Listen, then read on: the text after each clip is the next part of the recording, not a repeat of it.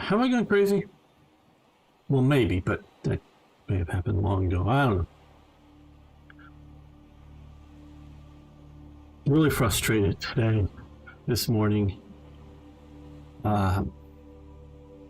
Black Ice had a update midweek or so to Black Ice and our save games for both the British series and the multiplayer series don't work with the new update, not surprising. And I spent about 2 hours trying to get the versions that I saved out of the normal Steam folder to work. You know, the games create a sort of separate mod file. And as you can probably tell, I have not got that working yet. So, it was frustrating me. Yes. And I solved some of the problems, but others appeared and still don't know. So I'm not sure what to do. Not sure what to do at all. And whether you're watching the, you know, this, I guess there's hardly anybody here yet. Watch the VOD later.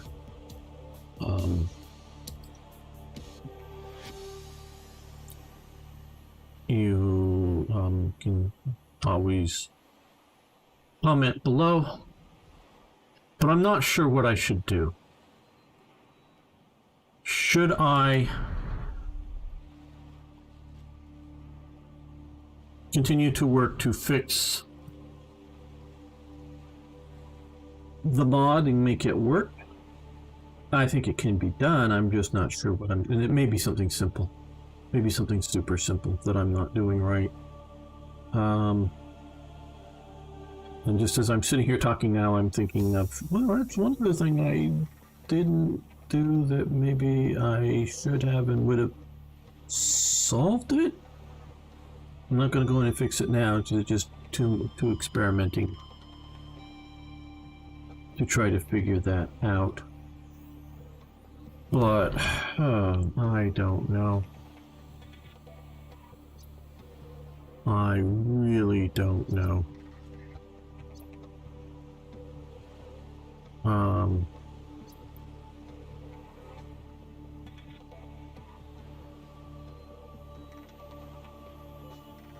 I don't know what's causing this, but that last bug might have been this other thing. So I gave up an hour, well, more than an hour ago, and decided nope, not for today's stream. I'm not going to try to fix it for today's stream.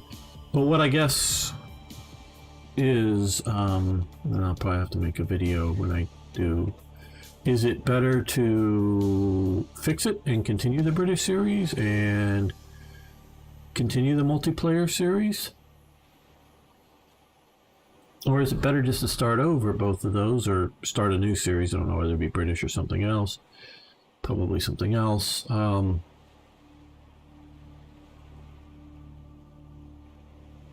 Or, you know, and start over the multiplayer series with the new version, hoping they've fixed some things like China. And I don't know what's going on with Russia. We never got that far.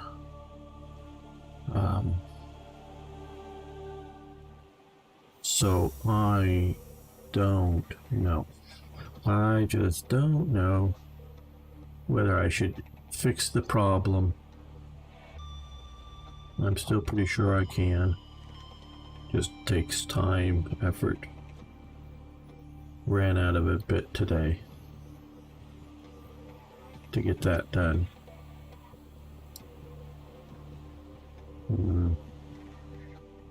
And I don't know, maybe this late start time isn't good either because there's nobody here yet. Or maybe they just don't want to see if I've gone crazy. Okay, so yeah, comment below.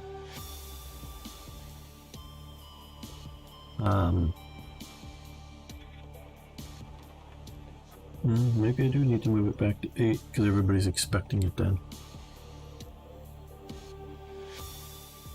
Okay, well, as you can sort of kind of tell, I was thinking of playing this for a little stress relief and then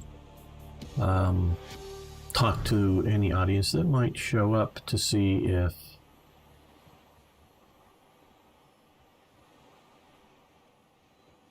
they want to, what I might play other than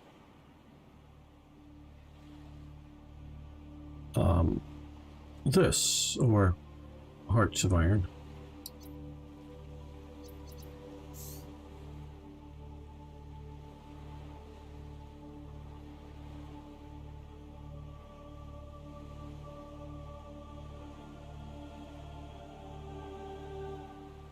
Attention. Hull failure imminent. All personnel abandon ship.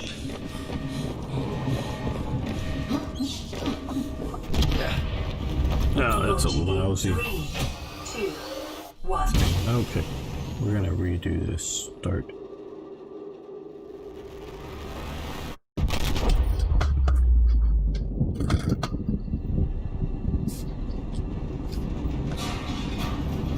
Okay, we're redoing this start here in just a minute.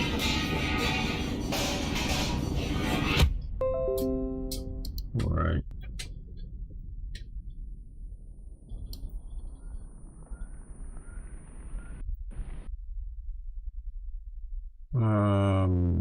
Great, yes. Hey Arno, how you doing?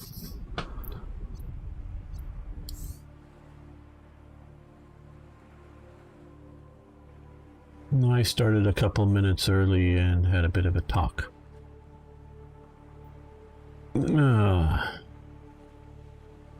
This would be better. Have you ever played Subnautica? I have.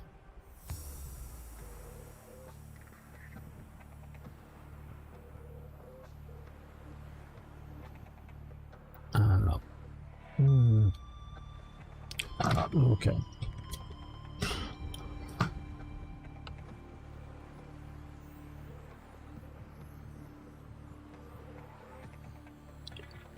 What makes a good thumbnail to get people to click? This is obviously not it.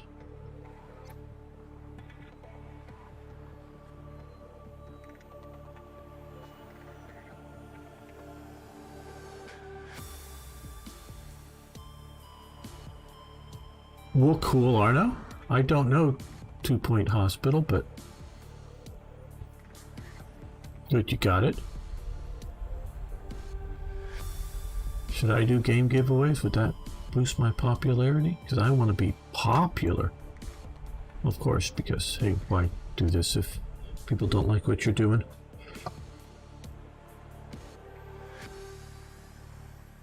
Why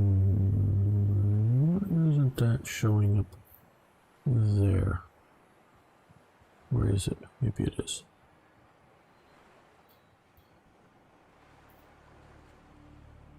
Maybe it is. Let's see about that.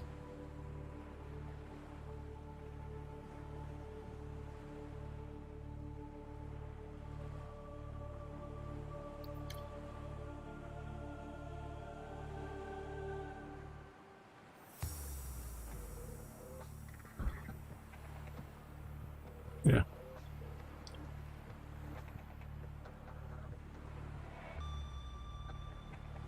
I don't know if me playing Hello Kitty Island Adventure would make me popular. I know it makes some people popular.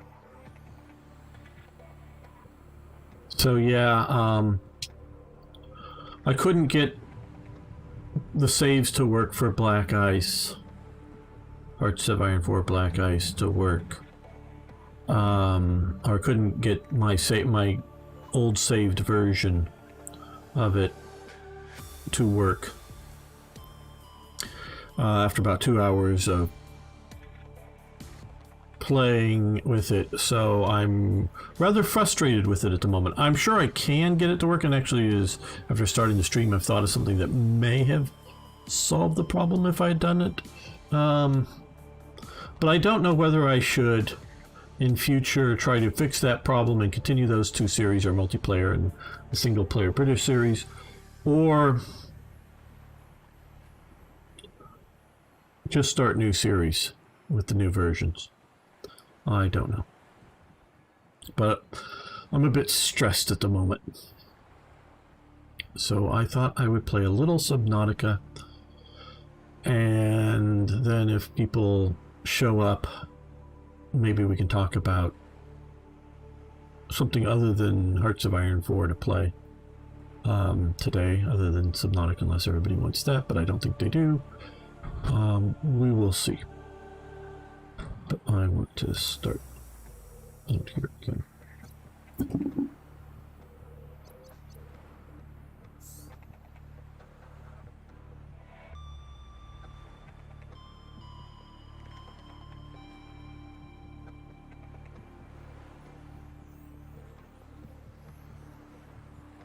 Attention. Hull failure imminent. All personnel abandon ship.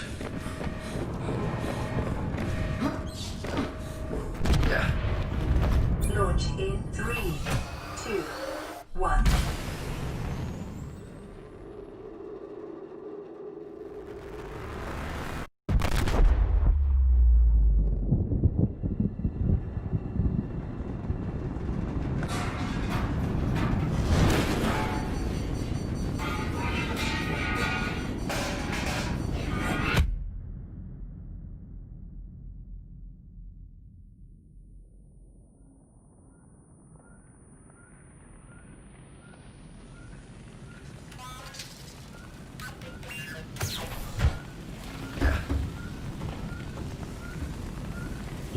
Okay, we've got a fire. Let's see if we can put the fire out.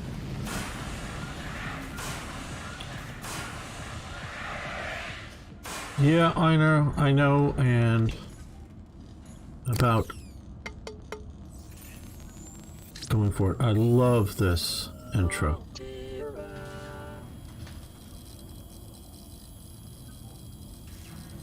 You have suffered minor head trauma.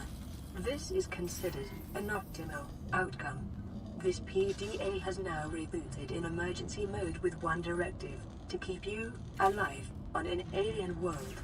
Please refer to the databank for detailed survival advice. Good luck.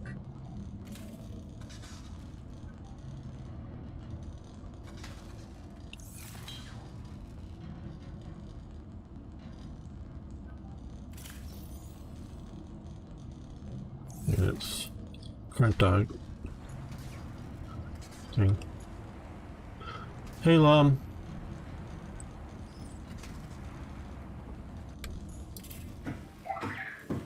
I couldn't. Oh, I haven't yet got the my saved. I did. Wow.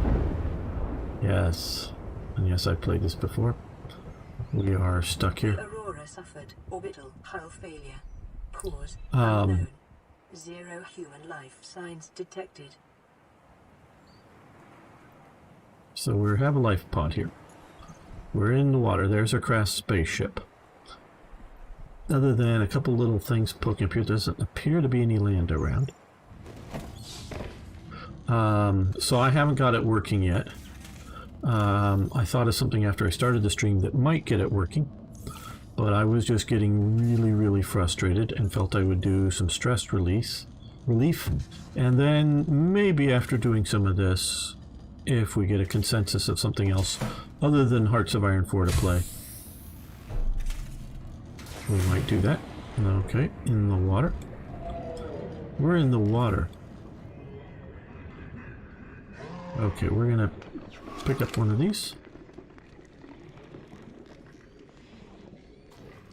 Need some of that, but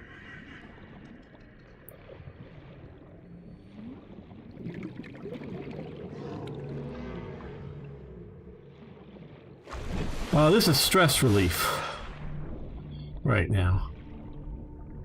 More for me than anybody else. That's what we're looking for.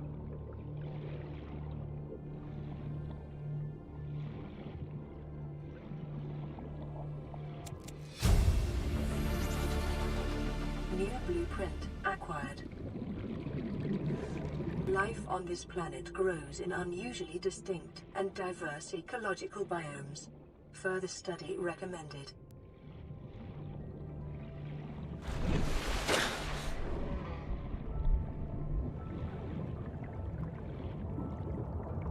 There's wreckage. There's our life pod. We'll investigate the wreckage in a little bit. Uh-oh.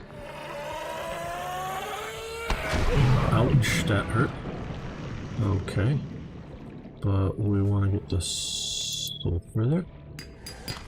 Copper is an essential component of all powered equipment. Let's Your probability of swim survival to the has surface. just increased to unlikely, but oxygen. Trying to make the old version of Black Ice work was stressing me out for a couple hours earlier this morning. There we go, that's what I was looking for.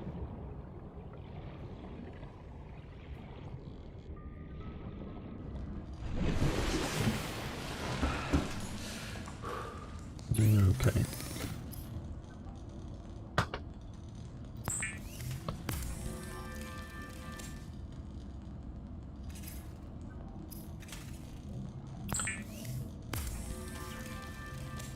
Weapons were removed from standard survival blueprints following the massacre on Abraxas Prime. Now I have a The knife. knife remains the only exception. Yeah, but didn't we already understand that I'm weak?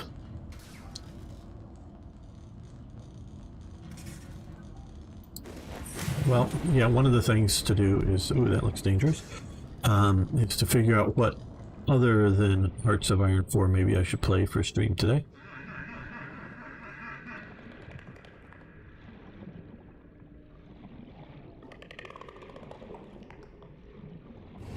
Not really interested in the wreck just yet. We get some more just... Maybe we can get one of the big pieces, I don't know.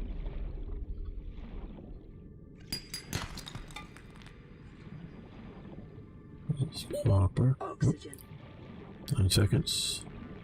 Can we do this without dying? Well, 0. We made it. Yay!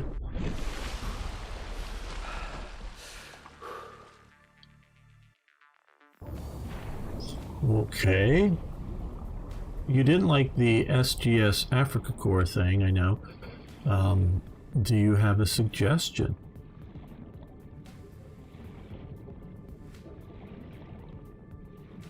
Yeah, something out of my Steam library kind of thing, you know. That bit, okay, there's... There we go. Can I grab another one or two? Not hardly enough time.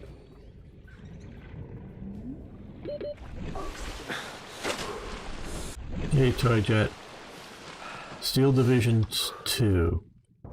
Okay, I have barely scratched the surface of that, and I don't know if I should try doing that so early, or try to scratch the Division without playing it beforehand. Yeah, this is stress relief. Hello, Truck R. How you doing? War Thunder? Well, War Thunder is for tomorrow, and I didn't necessarily think... I mean, I wouldn't want to play it. That is a good idea, but like I say, I know I'm going to be playing it tomorrow. And I didn't know if 2 days is too much. Oxygen. Oh shit. Oh shit, I'm not... Gotta get up there. Hello, Eric. Yes, Subnautica.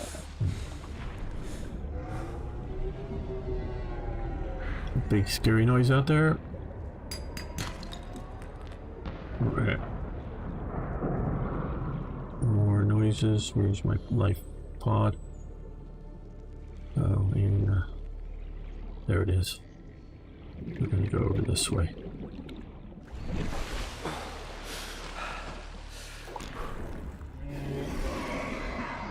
So we can escape whatever this is chasing me here. Oh, it's just that guy. Okay, let's see if we grab one of these fish.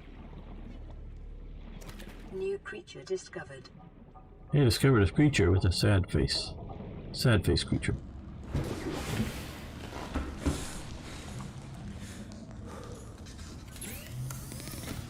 We're a little hungry, so we're gonna eat sad face creature.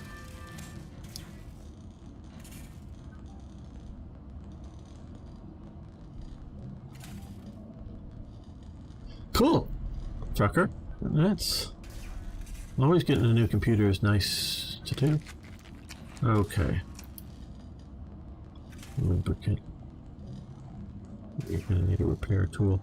Let's see, do we can we build a battery? No. Oh, we need 2 of those mushrooms. Okay. Let's get another mushroom. Got a lot of the mushrooms around here.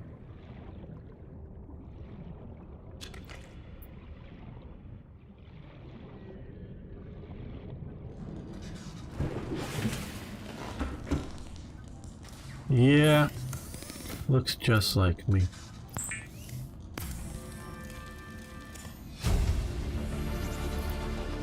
New blueprint acquired. We want a scanner. The scanner can be used And we to want a repair synthesize tool. blueprints from So we need more salvaged titanium. technology and to record alien biological data.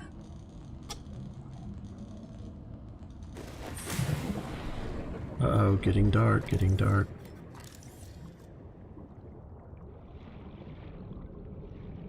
Wow.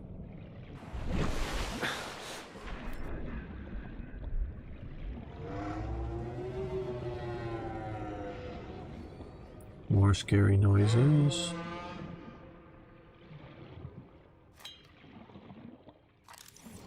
Uh-oh, big fish thingy.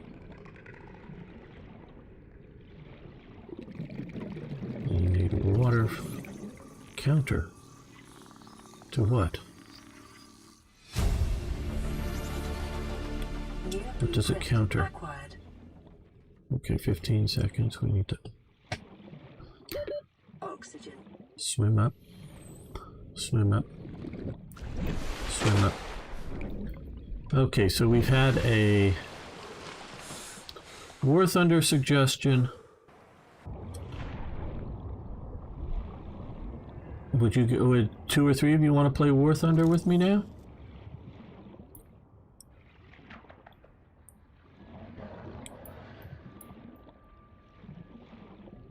Okay, we got 1. Arno, Lum. We can play Naval or something if Lum doesn't want to play Ground Forces. Well, it's not just for tomorrow, but I'm definitely going to do it tomorrow. Yeah, I figured Lum... come on, come on, come on, come on, come on, come on. Swim to the surface, swim to the surface, swim to the surface, swim to the surface. Yeah. At some point, I played Steel Division 1 a bit.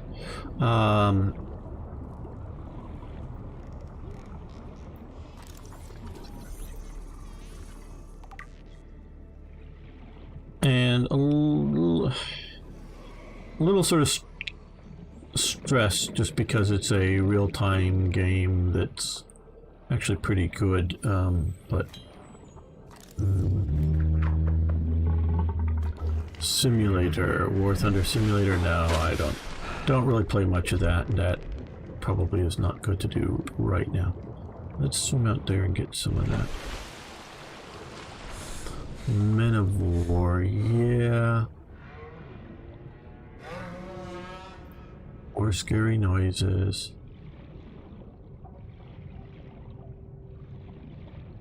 More scary noises. Well, let's first scan this. I think we have time. We're sort of near the surface.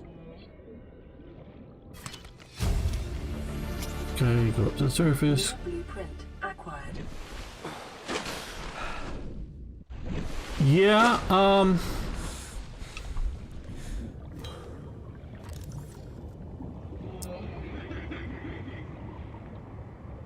I don't even know if I have that installed. Let me check here in a moment.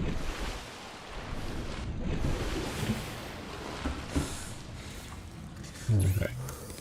Well.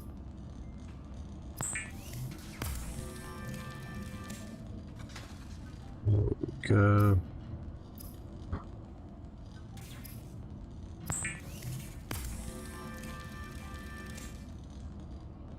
Brothers in Arms. I don't think I know that game. There we go. Healthier now. Okay.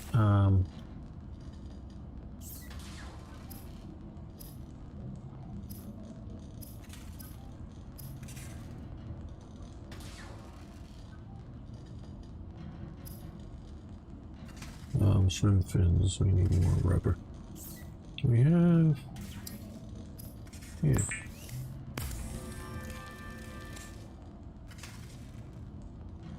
Sure thing, Toy. Detecting increased local radiation levels. Trend is consistent with damage to the Aurora's drive core sustained during planet fall. The fabricator draws from available data to provide environment. Now we got swim fins. We need to make a repair tool, so we need more titanium.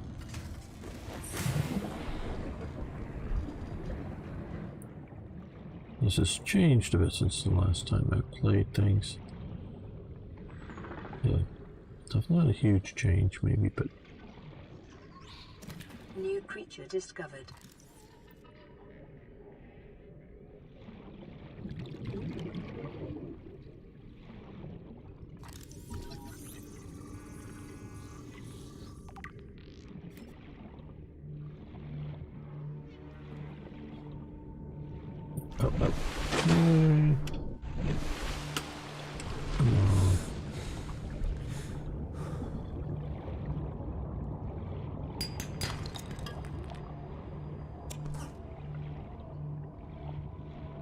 Take that.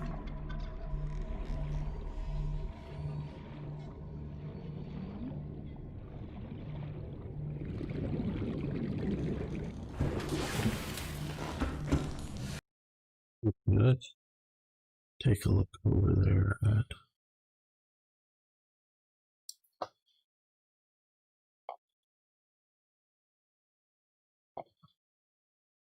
War Assault Squad 2 Cold War.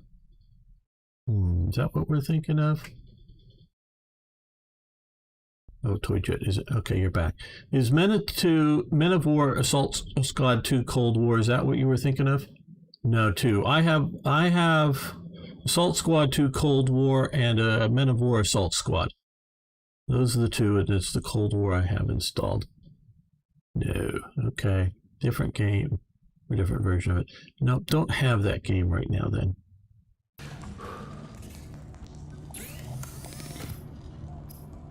Repair tool.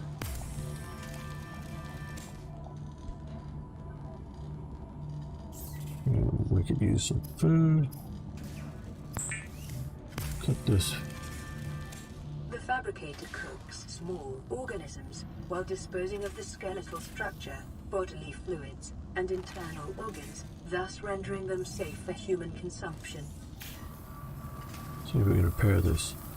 I want to get me some of these magical tools in the game. Lifepod secondary systems online, running full environment diagnostic and outputting results to databank.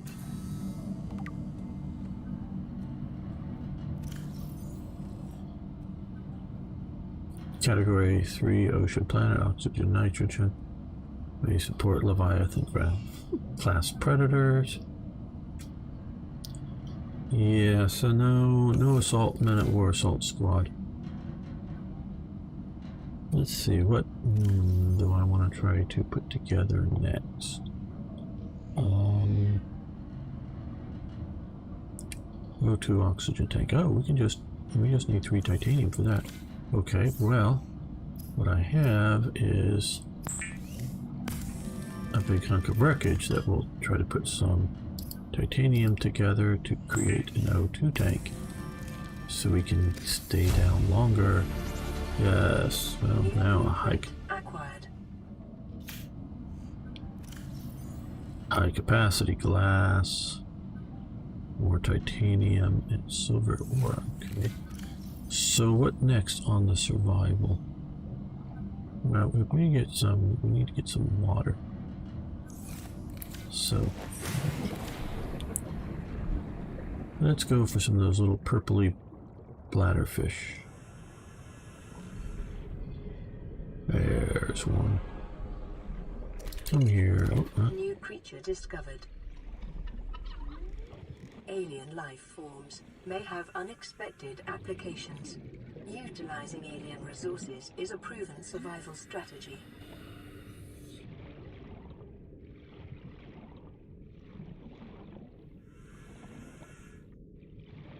we're able to stay down longer, that's for sure.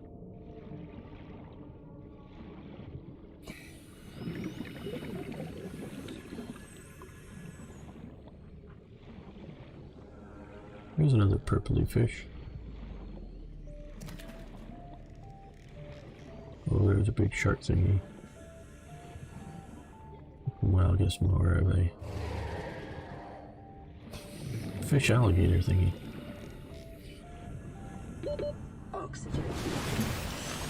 Okay, backstory is you've crash landed on this planet. See, we were in that spaceship up in space, and just a short while ago, oh, this is damaged. Repair tool.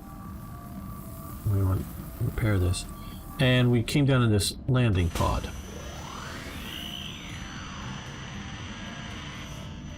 Okay, we're online broadcasting. Broadcasting emergency distress signal. This is Aurora. Distress signal received. Rescue operation will be dispatched to your location in 9 hours. Continue to monitor for emergency transmissions from other life pods. Yeah, so we've crash landed and we're in this, we have this little life pod to try to stay alive in. On this water world. Why it's called Subnautica, below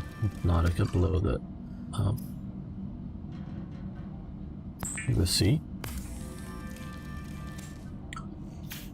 And if we play long enough, it will go on to that ship. I don't know that we're playing that long today. There we go. Now more survive.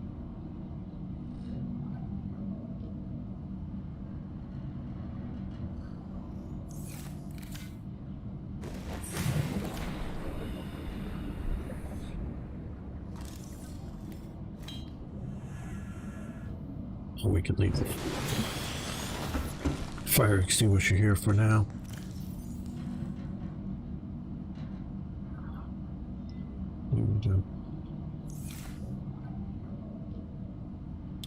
Let's have a little more of a plan. What?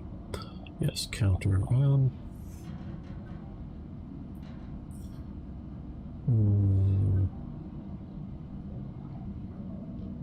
Oh, habitat builder would be cool, but wiring kit, computer chip. Yeah, computer chip. That's table coral, gold, copper. Okay, oldest wire right now, harder thing to get. Actually, want to get a compass here.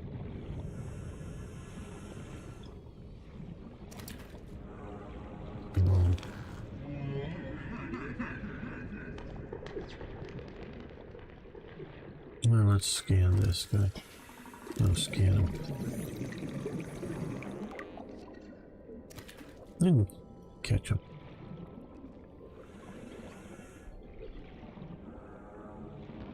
That's salt. More salt deposits.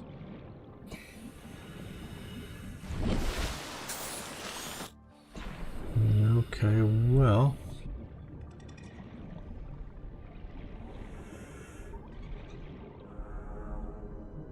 Any more interested in this rack? I don't know.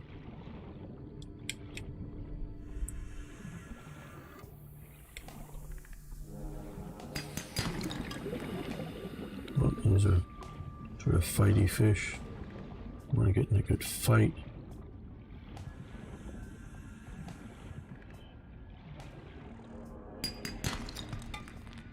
Copper, titanium, all useful at this point.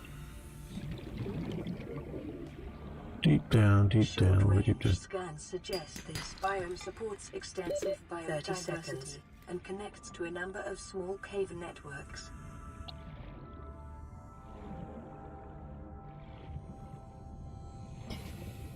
So how did your call with PETA go, Mom? What did they think about you being a meat eater? It could be gold. Let's scan it first.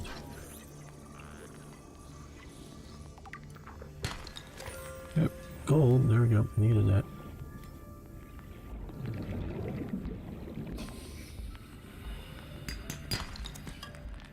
Lead could use that. Uh-oh. Bioreactor fragment out here. Oh, something just attacked me. Not sure what it was. Oh, one of those guys. Okay. Stay away. Stay away. Silver-based wiring. Silver. 30 seconds. Yep, 30 seconds. Okay. Did we drop it? We didn't pick it up. Where is it? Where is it? Where is it? I don't know. I'm going to the surface.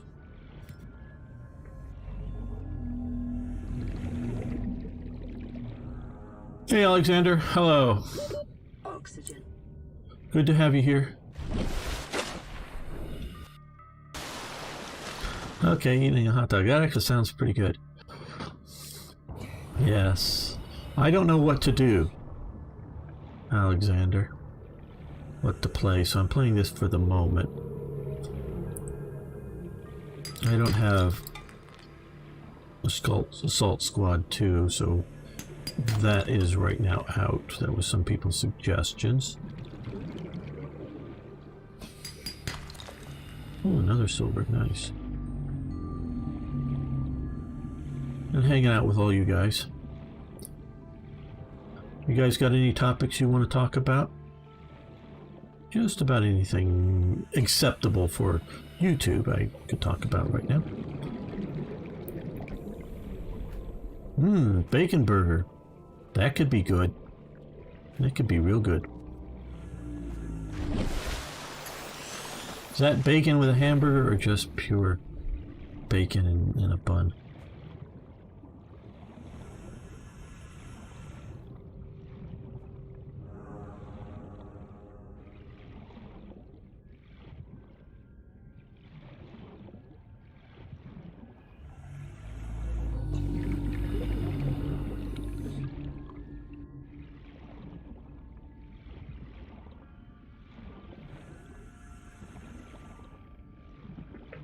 Heading back over to our life pod. Let's check out this cave in here. Anything interesting? Yeah. Yeah, we don't want to go in there. We need to come up and get air sooner. 30 seconds. Yeah.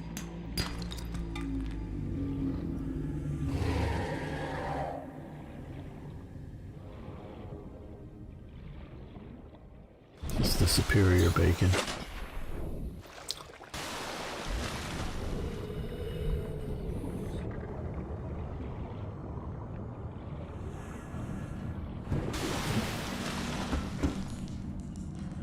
Okay, well, we're in a nice, dry, warm life pod. Okay.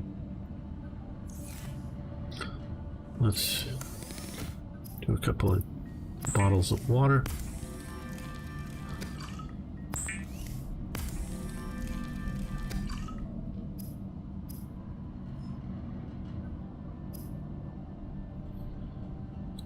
We could use silicone rubber and bladderfish to create an air bladder.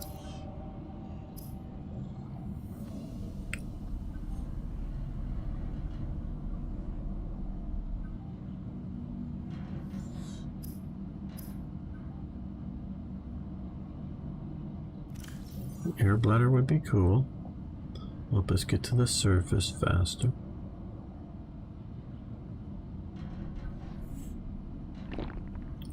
more water. Okay.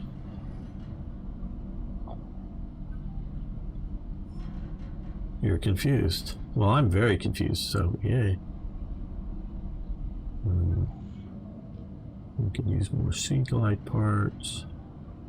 Okay, bioreactor bits. Okay, what habitat builder? What do we need for that? Okay, computer chips. So we need more silver, and we can get that. Do we have copper wire? Do we have? Yes, we can do the copper wire right now.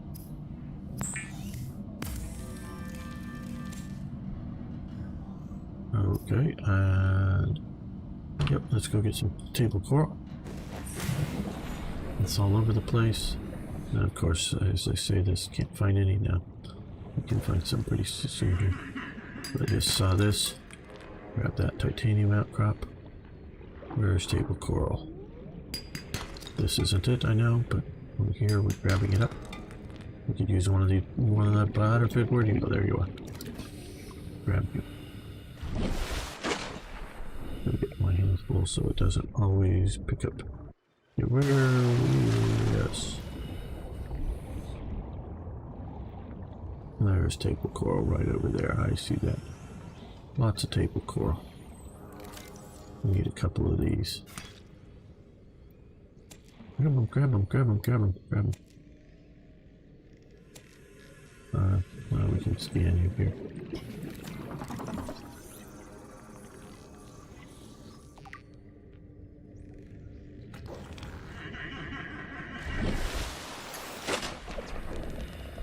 So I think we should play some Dark Souls. It's clear. I don't even really quite honestly know what Dark Souls is. Oh, we have a radio message. We'll take you to. I don't want to overfish, but let's take a few of these.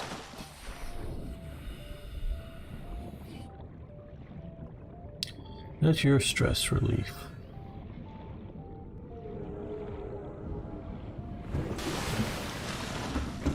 Okay, well.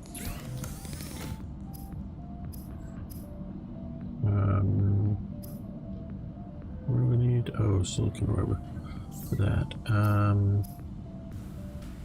We gotta make a computer chip, yay. Now we can do advanced wiring kit if we want to. Acquired. For the habitat builder, okay, wiring kit, so 2 silver and a copper and some of those.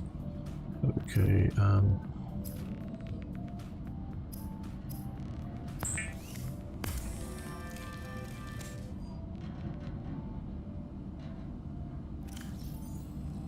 we do a wiring kit, I guess. Wiring kit. See, we have a wiring kit now. Just a battery, so you'll get some of those mushroom things.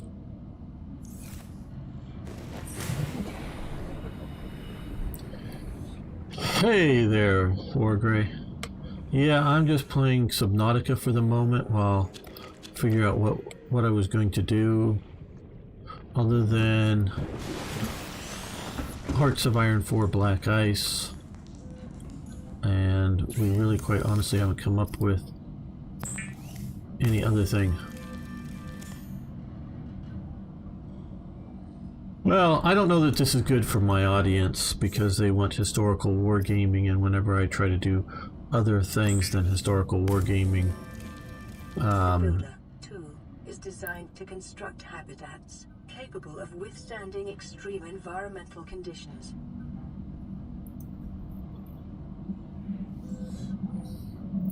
so yes, this is stress relief. It's dark, and all the fish are glowy fish. Isn't that convenient? Well, let's drink some water.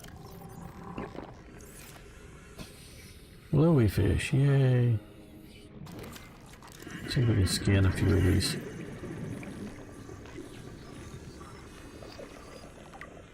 Glowy fish scanned.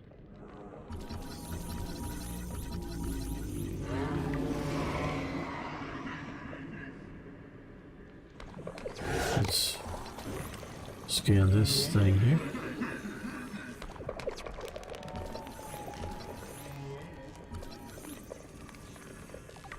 There we go. Gas pod. Yeah, China doesn't sound interesting right now. It seems to be a bit overpowered, though I don't know in the new version. But okay, since there's a bunch of people here, I know I went on about it before when no one was here. What should I do about Black Ice? Should I, and I'm not going to do it today, so that isn't the real question, but should I continue to work to try to fix it to make, and I think I can, and I even think I may have solved one of the bugs that I knew that I was having. Try to get the save games working appropriately for both the British series and our multiplayer series, or should we just start fresh on both of those? What does chat think about that? Seems like an odd evolution. Gas mask. Yeah, I don't know if it's actually a gas mask, but it is a gas pod. Okay, yeah, we can do that now. Oh, silicon rubber. We need to get some silicon rubber. Okay, let's try this direction. I think those gas pods. Well, see now, the sort of hope with the Chinese thing from the multiplayer that we found, that overpowered might be fixed in the new release that was just released a few days ago, mid this last week, if I read the posting right. So that may, or maybe they made it worse, I don't know.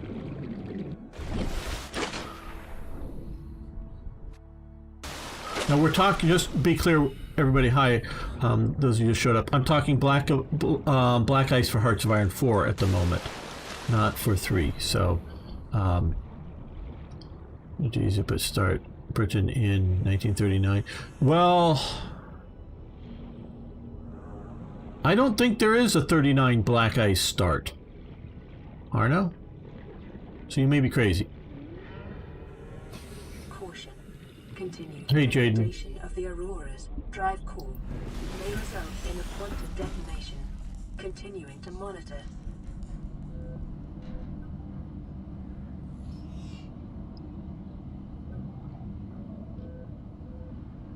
Yeah, so I'm not sure.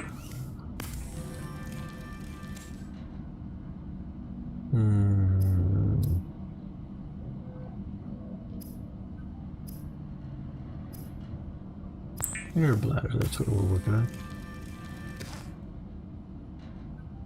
Your doctor says so, very good. Okay, now we have an air bladder. Let's rearrange some of the, we'll turn, well, let's put this in I already have one, nope, put that there.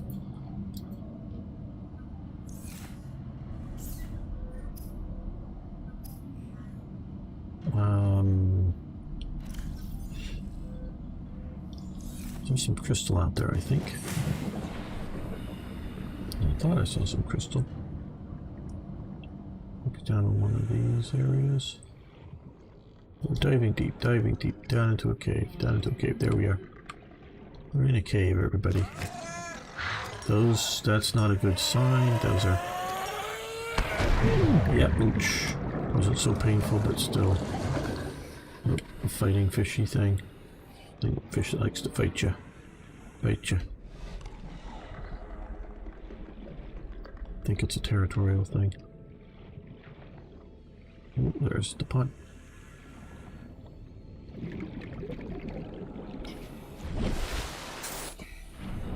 Yeah, special.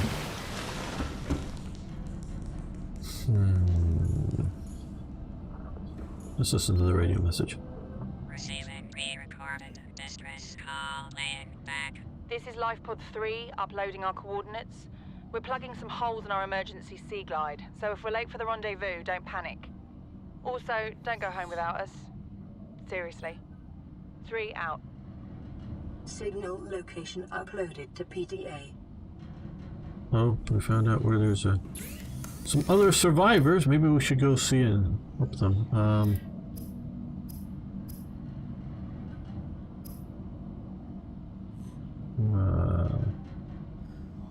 Tech builder, okay.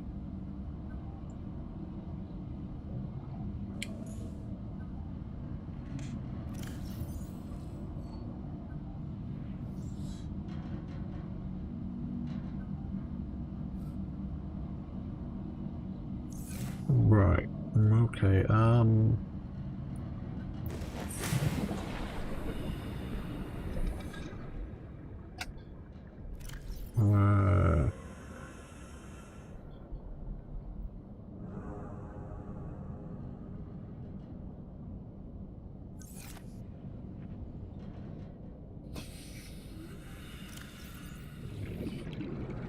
Okay, let's make sure that we see this, and let's turn it to red because I want. Oh, there we are. Out there, 500 meters. How far is that in real measurements?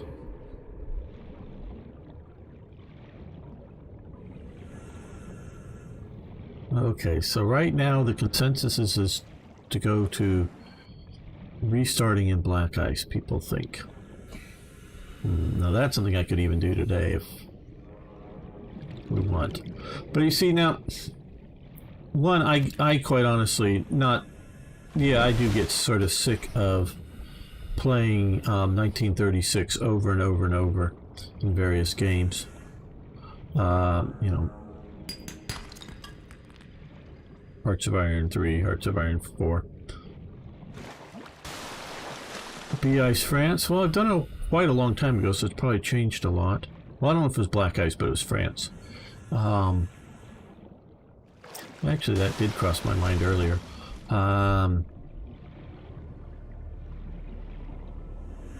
But it's this restarting over, not completing series. Not completing a game to a logical conclusion. You know, either that hey, this mod game, whatever, is broken, and so we have to stop, or hey, you know, we're defeated, or hey, we win, and that's sort of the three, I guess, logical conclusions. But there's Sea Glide. Hello. Okay, well, let's open the data box. Compass. Yes, we could use a compass. Let's. Blueprint acquired. Tab. Okay. You really think it'll carry 2 of us? Your regular Sea Glide tows a mass of 80 kilograms at over 30 kilometers an hour. The power cellar rig to this one should double that. You think there's something out there that's faster? Oh, sure. Okay, trucker. That's assuming Trucker, I mean. it doesn't overload 3 meters from the life pod. You're calm about this. I'm seeing the engineering problem. If I stop seeing the maths, I'll be terrified. This looks like your Sea Glide fragment. Oh, we now got enough to put together a Sea Glide of ourselves. Blueprint acquired. Okay. You guys want to tell me how to play Black Ice France, do you?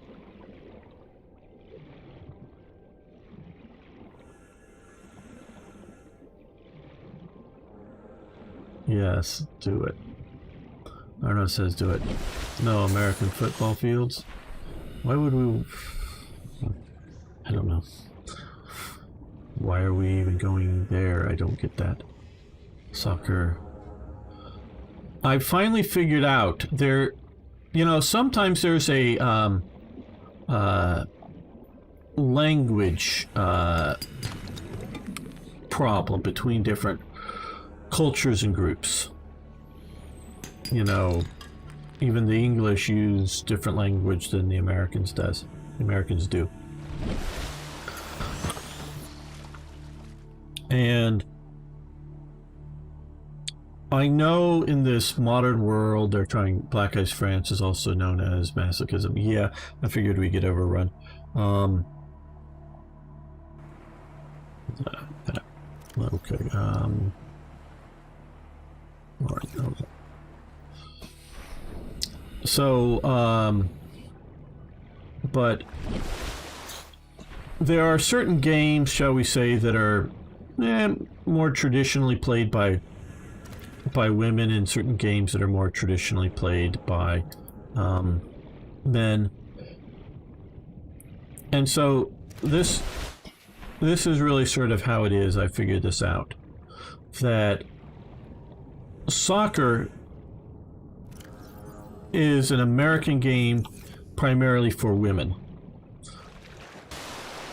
Then there's American football, and that's a game primarily played by men. I mean, yeah, women can play that, but not really, or not proper fully with other men. They can take a specialty. I guess there's some female kicker or something right now.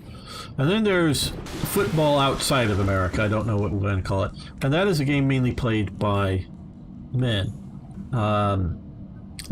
Soccer and American football have the same basic rule set. It's just one is for women and one is for men. So yeah, meters, it's about American football fields. Oh, okay, cool. Well, your screen is going to go black as I load in, or until I load in Hearts of Iron 4. Come on, quick. Oh. I said it's going to go black. It should be black now. So soccer is for women, football is for men. Either in America or outside. And outside of America, they play it by the women's rules. Yeah, similar to rugby. Okay, where's... oh, you're still loading in mods. Yeah. Don't remember what I had clicked last time.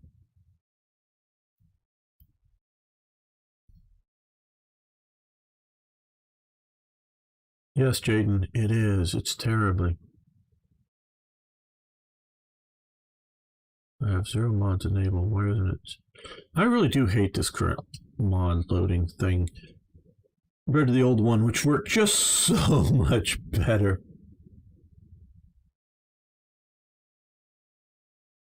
Yeah, I really don't care either about sports. Here we are, mod playlist. Okay, we want to enable. Do we have? Yeah, we want to. See, this is not ICE is what I was working to get the old thing working. So now I should have 2 mods enabled and that.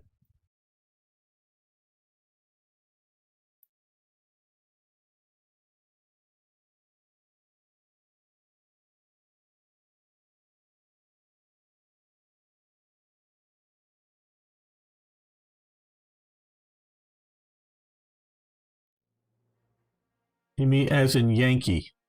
Yank as in Yankee, I presume? Yank? Common British expression for Americans. I've not heard football called Yank ball before, but I got the reference.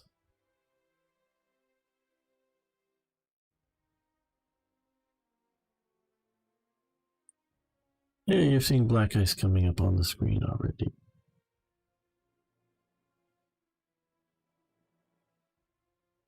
Oh, it's stopped. The other recording. Not that I'm ever going to put it up there, but yay.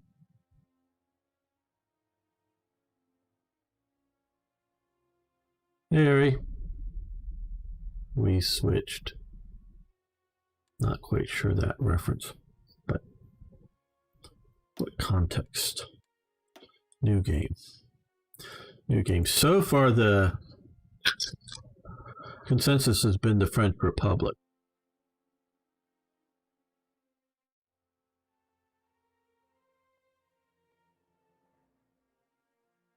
Again, we switched. Okay. Yes, from Subnautica.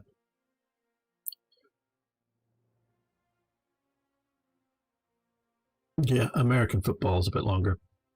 No, Viva surrender. playing weird oddball countries like Ethiopia doesn't terribly interest me.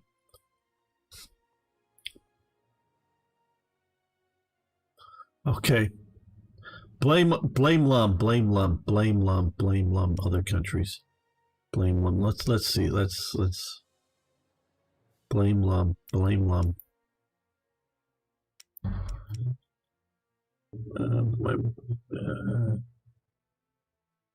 Where I'm clicking select country. Oh, other, right there we go. Blame Lum, Haile Selassie.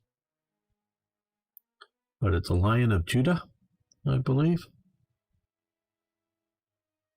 No, Dutch doesn't, because the only reason I'm accepting the Ethiopia is that we start at war, and it's not a long peacetime. Lead up to it, where it would be with the Netherlands. So I wouldn't play, at least not right now. I'm not playing the Netherlands. Someday maybe, but not now. Welcome, fellow armchair generals. This is Gamer 1745, and we can all blame Lum, or Lumberer 3, that I'm going to play Ethiopia. Now, I don't know how long this game is going to last because we're at war with Ethiopia. As Ethiopia, we're at war with Italy, boy. And so we're going to play that. Now, give a little background. Italy has since, well, okay, Italy's a very new country. And you go, yeah, but Gamer, the Colosseum is very old. Yeah, that's Rome. And there are some rather old countries there, like the Kingdom of Naples, the Republic of Venice. You know, there's some very old countries there, but the Kingdom of Italy is a new country. Was the term for the invasion of Ethiopia. So yeah, there was an earlier, much earlier, around 1880s or something, invasion of Ethiopia. And I should prepare these things beforehand, but of course not, because this is Blame Lum in the middle of stream that we're doing this. And so Italy wants to be a great nation.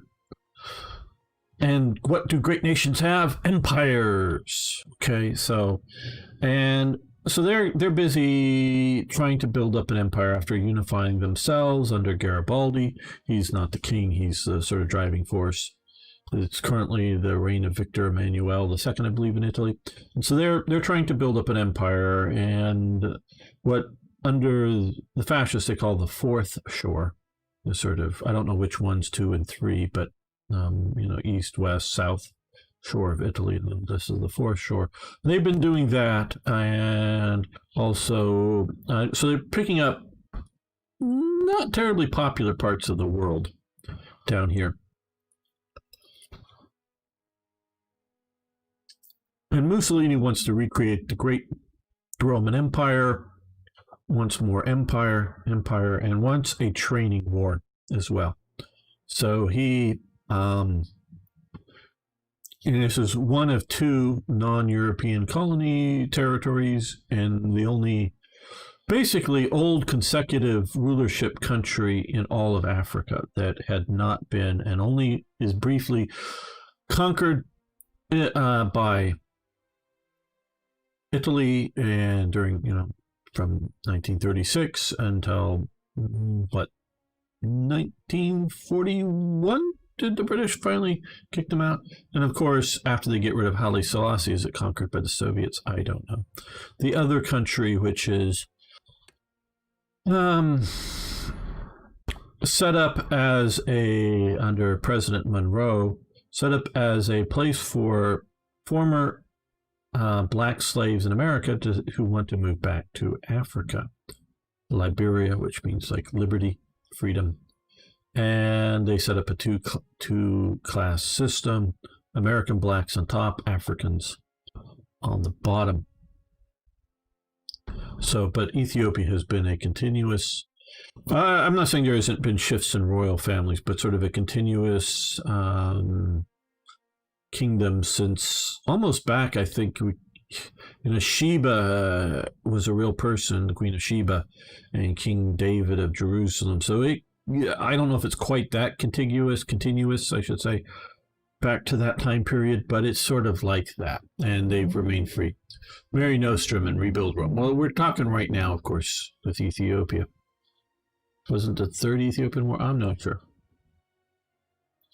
And the kingdom claimed to be... Yes, it's...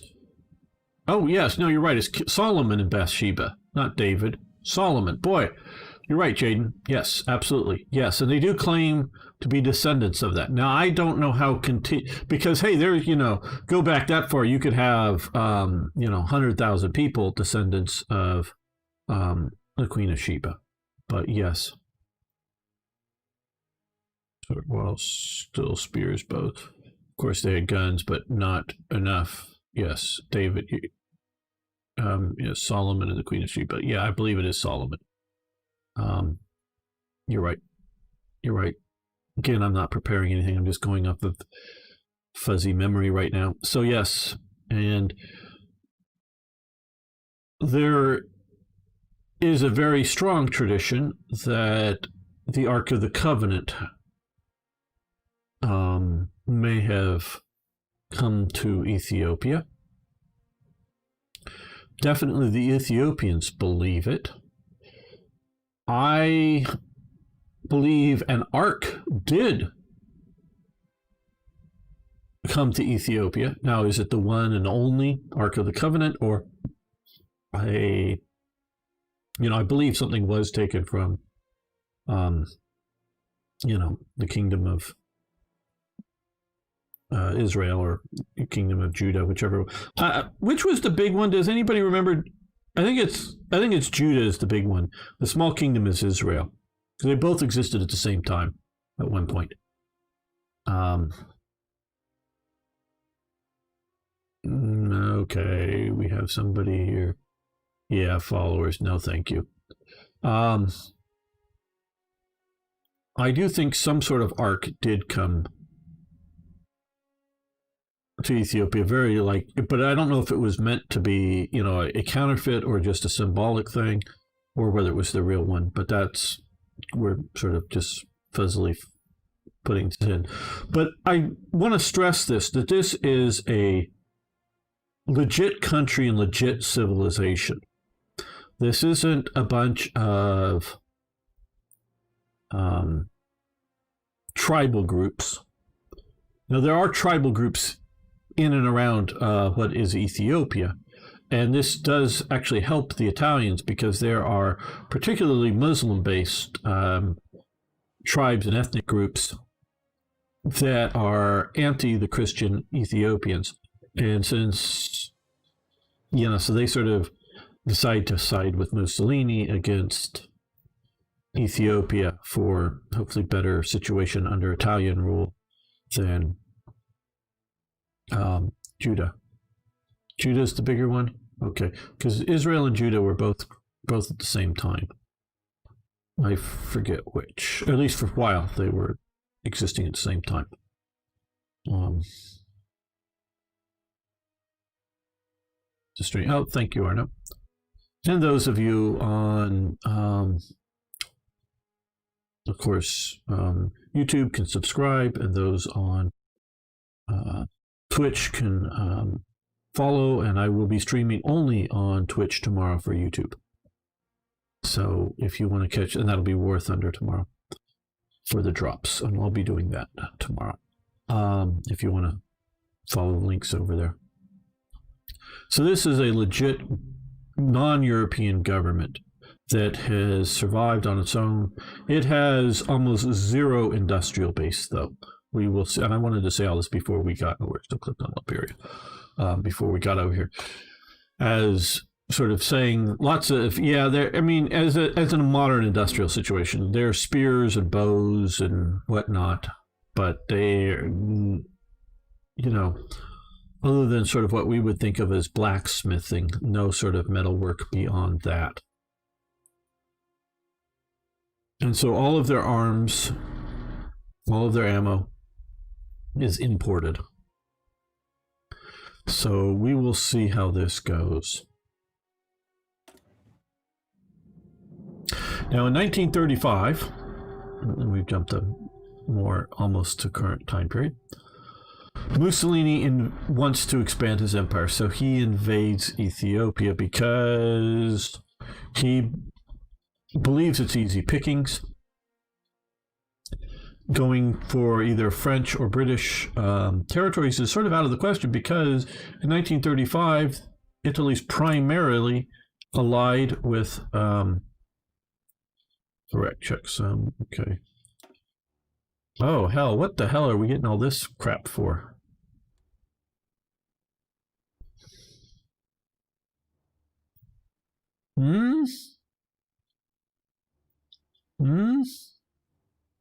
This is what we were facing yesterday. These error dogs and crap.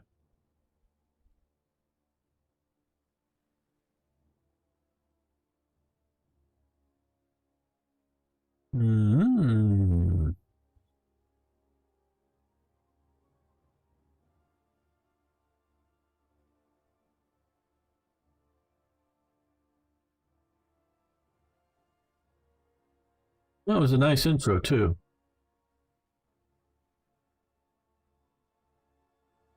I don't think I forgot. Maybe it didn't work right. I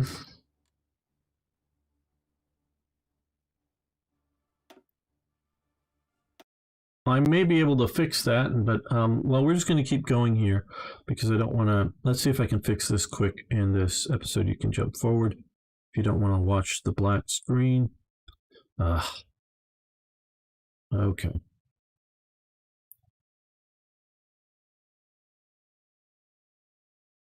Let's move you to here. Move. Okay.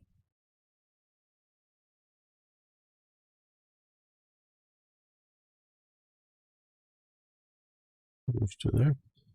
Okay, well, let's again, because maybe maybe the other thing is sitting there causing problems.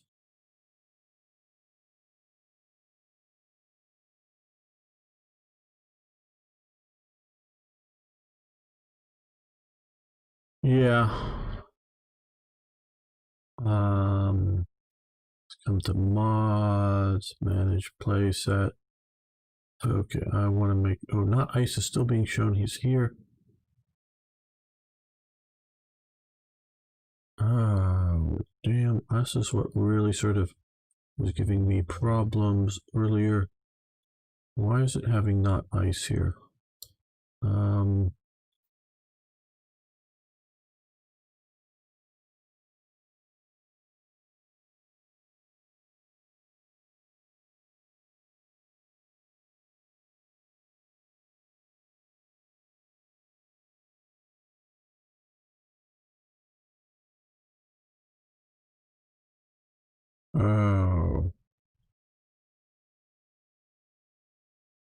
Oh, okay.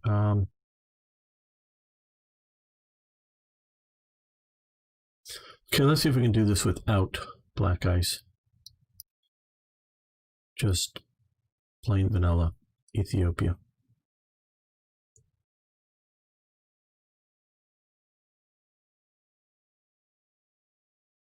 Well, it's not that I don't want to do such things, it just I don't have any. Okay, done. Play. See if we can get this without any problems. Well, I edited something for the last co-op thing we just released, the end of that co-op series, Lum, so I do edit things sometimes.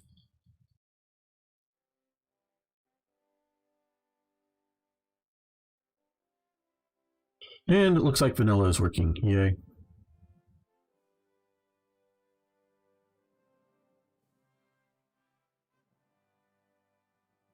Maybe we're just facing a lot of bugs with black ice. Okay, single player. New game, January 36.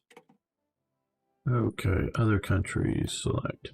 Yes, okay, I will have hopefully edited out everything. All of that.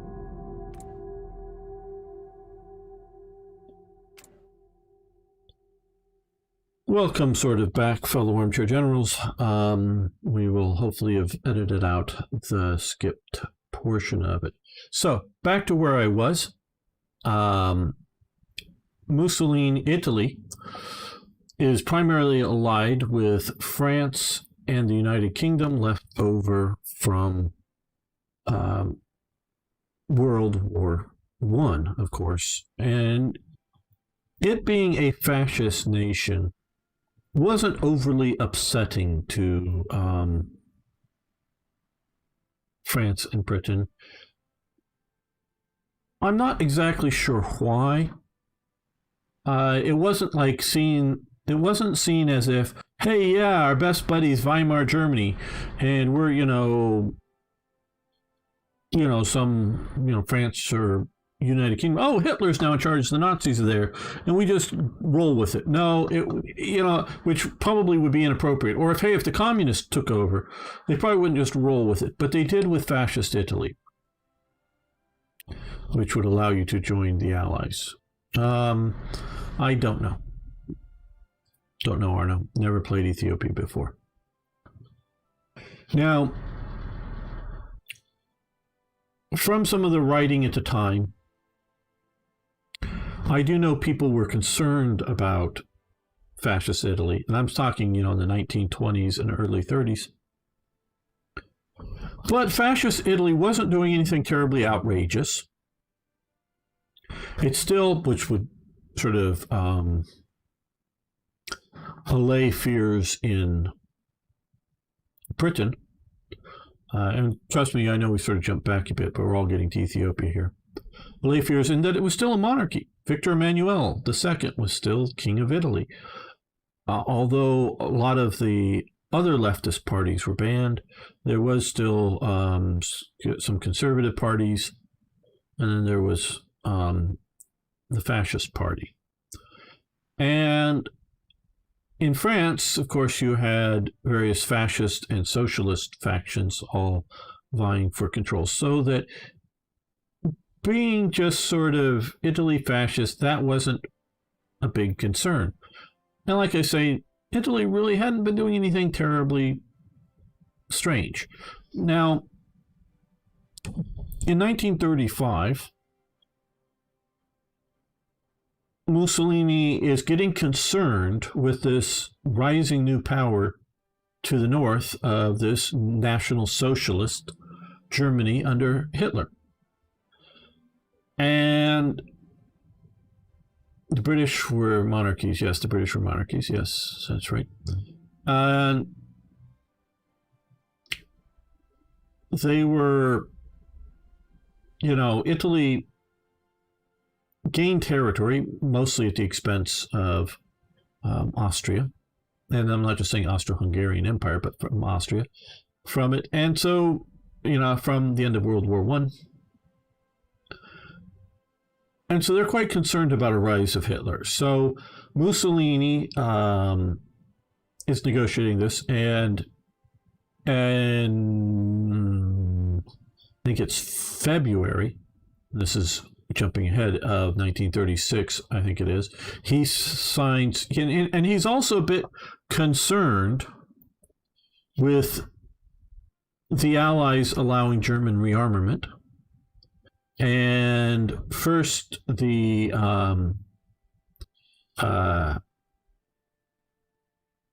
taking back of the Saarland, not militarizing the Rhineland yet, because that hasn't happened yet, but taking back the Saarland and pushing the French out there, he's getting concerned. So he sets up, or he's setting up and assigned, I think it's in February, what is called the Three Powers Pact. And it is specifically, and he's concerned that the French and the British won't back up Italy. He's already getting concerned about that. And he looks to his north and sees, hey, there's a fascist Austria. The Fatherland Front was most assuredly a fascist party and a rather authoritarian kingdom of Hungary. And so he sets up the Three Powers Pact as specifically an alliance against Adolf Hitler's Germany, in which the sort of buffer state is Austria, but Hungary and Italy will come to Austria's aid basically if Germany attacks. Because there was no real, I mean, sure, Germany could, I don't know, fly some airplanes, which, of course, they don't really officially have a Luftwaffe yet, over some Alps and try to bomb Italy, but that's not really anything yet. And they could theoretically sail some ships around, but Italy's navy would crush anything Germany sends into the Mediterranean at this time. So it's mostly an anti-invasion of Austria pact. Okay, so he's setting this up, but he wants to come in and he doesn't think he's going to get a lot of pushback from his allies, Britain and France, about taking Ethiopia. Now, this is where he makes his mistake. They do get upset, and in 1935 establish an embargo for all League of Nations. Every member of the League of Nations cannot trade anything with Italy except one product. Can anybody guess what the one product is, or do they know?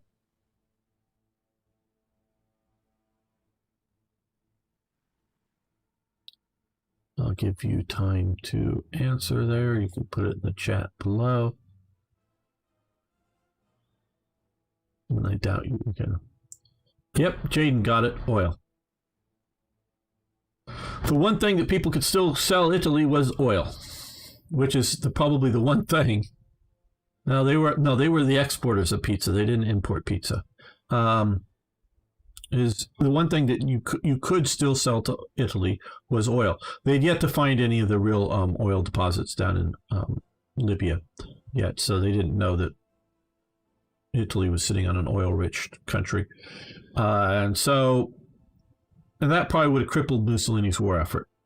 So there is an embargo put on in late 1935, slightly before this, against Italy because of the invasion of Ethiopia. And so we are now down here, and we are facing an Italian invasion. Emperor Haile Selassie is, of course, our emperor. We have the standard breed. Damn, this looks so minimal. Okay, can we last 70 days to even do research? 100% research bonus for an industry. Political effort, some political power. Liberty versus, yeah, that's useless. Naval, of course, is out of it.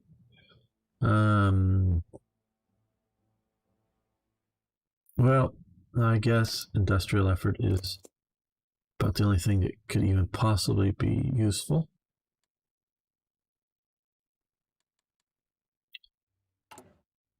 Okay, somehow we are building basic infantry equipment. I don't understand how. Just to make a straight line in your nation, yes. To the yes, industry is what's needed. Now, like I did say, they weren't making their own rifles, and that looks like a Carcano to me, which they did not use the Italian rifles to the best of my knowledge. I think they were mostly importing Mausers. And that's taking all of my 2 industrial points. Okay, research. We have 2 research slots. Support equipment. That looks like it would be useful. Let's see, what kind of aircraft do we want to research? No. We're not going to build it. I don't even know if we have the time to do my normal sort of production caps. I think that will be if we get 121 days. Support equipment. Do we even want to make support equipment? I think better weapons. Okay, well, Oh, no free slots to build anything. Okay. Well, where's this Addis Ababa? Okay, there. Okay, so we can't even, I mean, we can't get it through an event, but we can't build any more factories. So what we're going to do is come here in Addis Ababa, try to fortify our capital with one. People demand rifles first. Mass assault. Is that a better choice? Do doctrines.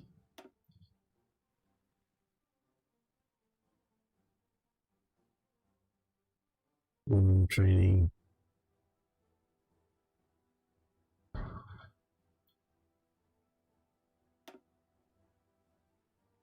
Yep, I think that's maybe a better choice.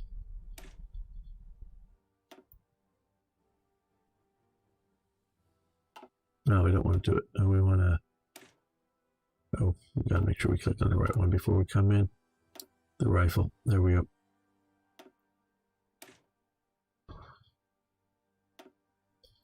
Yes, more rifles. Okay, now. You're right about the mountain line. Okay. Desert, mountains, mountains.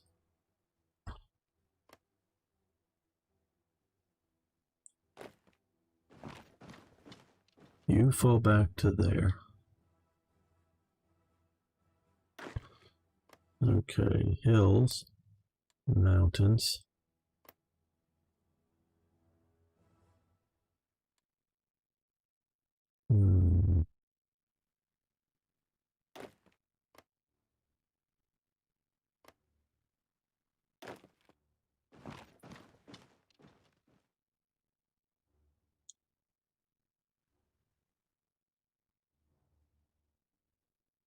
Yes, we're gonna use the mountains as best we can instead of try to hold the borders. But what's worrying me is down here. So I don't want to extend my line.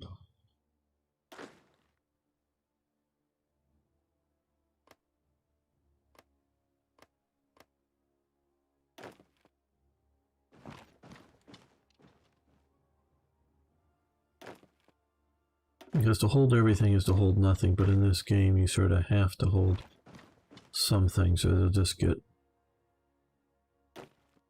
You're going to stay here because you've got a river and mountains defending you.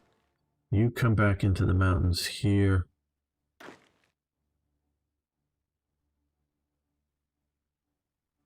And we can still fall back one more.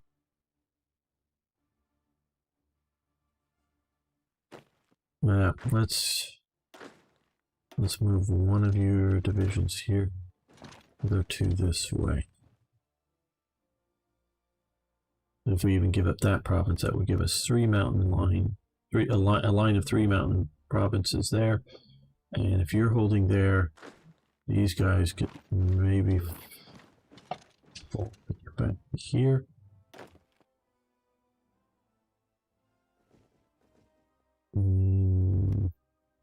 That leaves open Addis Ababa. So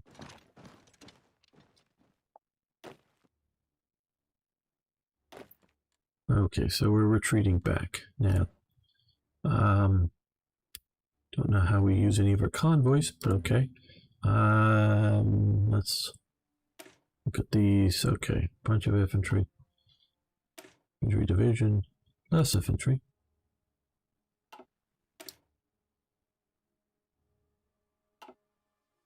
And then a mountain division. I like the mountain division.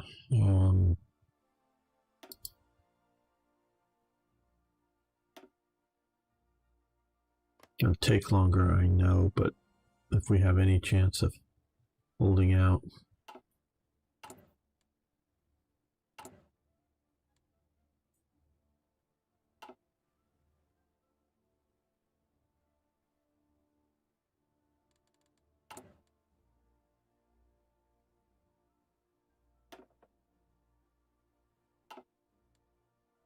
Insufficient resources. We need steel.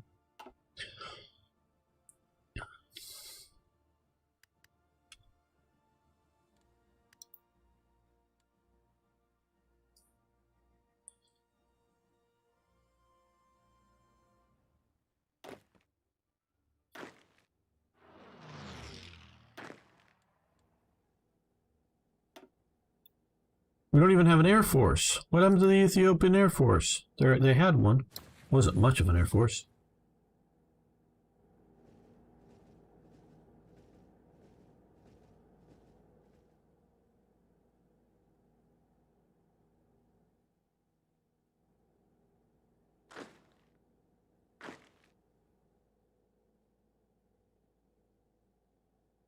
Relations Great Britain, would that help? Well, I don't think they're going to come into the war. I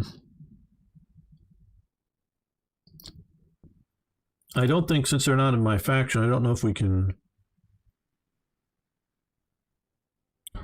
you know, ask for any sort of lend-lease or anything.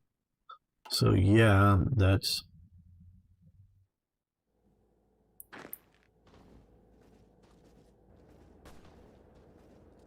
Yeah, just retreat the hell out.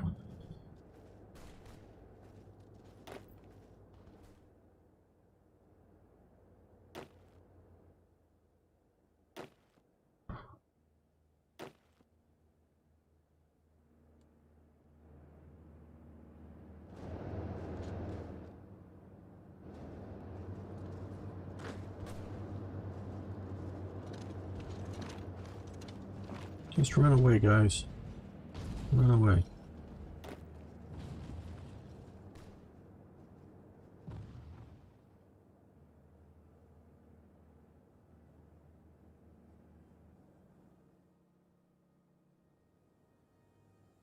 You know, I never did check out and see if in a fresh start would get rid of those error dog messages that we were having. I was presuming it was because we were loading in the mod, but now I wonder about that. Oh, wait a minute. Do we have a commander that we can give everybody? Did they give us an Ethiopian commander?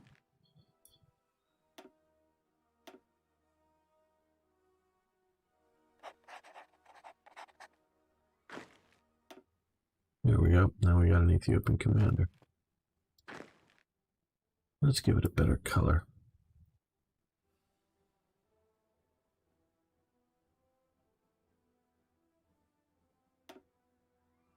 There we go.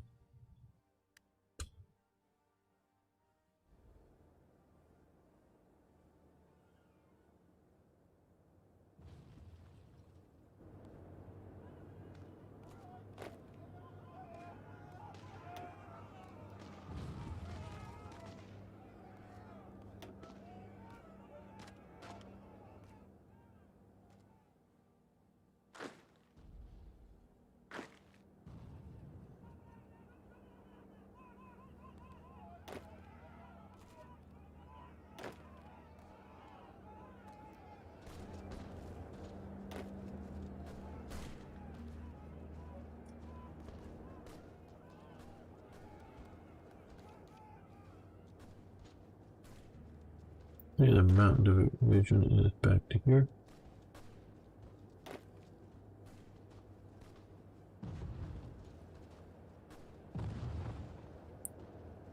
We're probably going to lose one of our industrial slots here.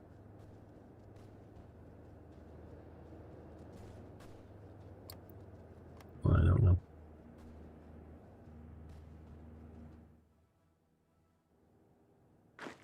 Best of my knowledge, there were limited attempts to get weapons into Ethiopia, but nothing that would have changed the outcome, to the best of my knowledge.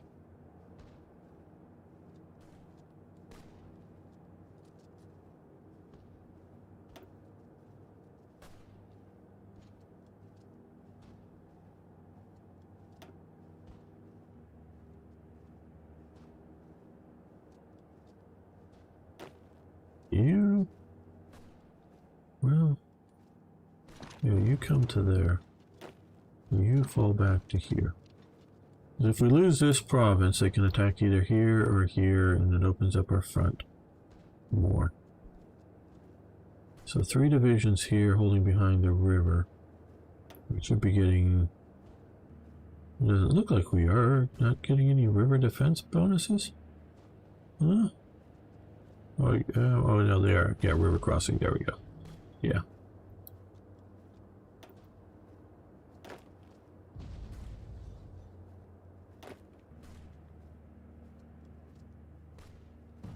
Eventually they'll be able to attack this from 2 or 3 directions.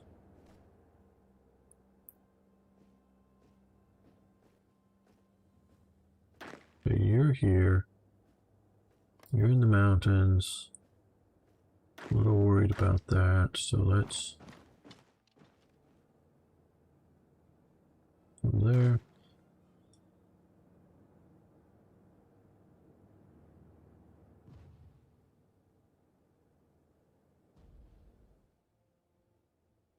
Left, not exactly sure.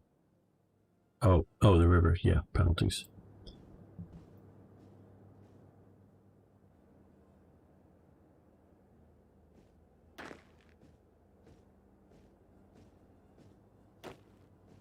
Okay, let's see, we're currently... Are we still building? With 1 factor, when is this likely to be done? April 36. Okay, well, since we're getting that, we're going to move you into the capital. Just defend directly the capital. They'll stay here.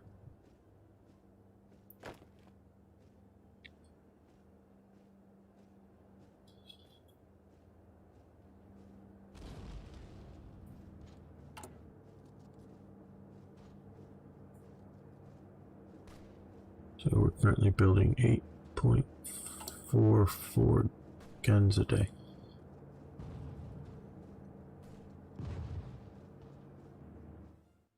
Not that I know of. We're landlocked, and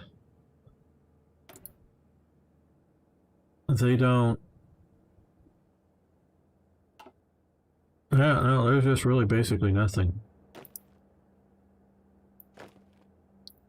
Again, blame Lum for this.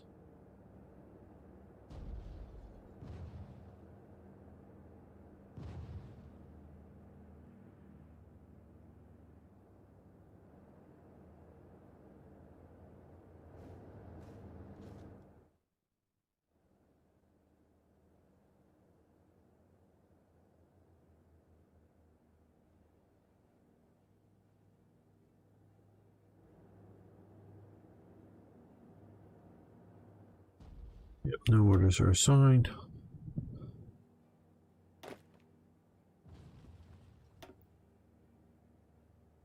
New commander, cost 5. Well, there we go. Now we have this guy here. Desert Fox, Harsh Leader, Division Recovery, Attack. Well, unable to promote. Need 22 more command points.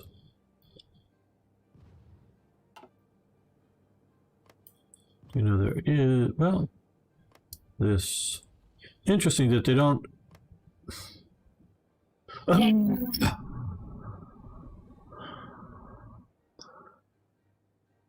do the people at Paradox ever look at a map? Well, obviously they've looked at a map, but do they ever... Ogden down here, or however you pronounce it. This is basically the Ogden Desert out here, people. This is desert nomad type territory. Definitely here. Now, I know we've seen a famine and whatnot here in Ethiopia that may seem like a desert to everybody, but I don't know if it was there. But this whole interior here is most assuredly desert. And you're getting up into the mountains, don't know if you want to quite go to, hey, this is desert or not, but... Okay, they're still getting their river penalty. Attacking, so we get the mountain division coming.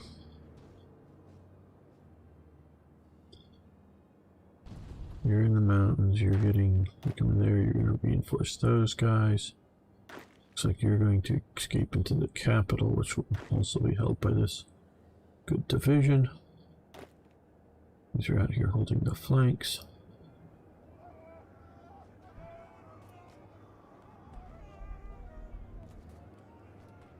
Well, blame, credit, however you want to call it. Blame them.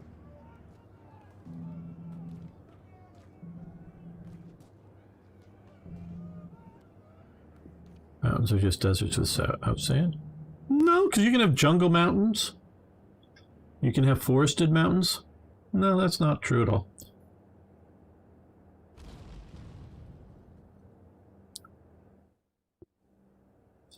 I know some temperate rainforests that, yeah, at least hills. Maybe not quite mountains. And not all mountains need to be, you know, the bare Arctic kind of non-inhabited type mountains.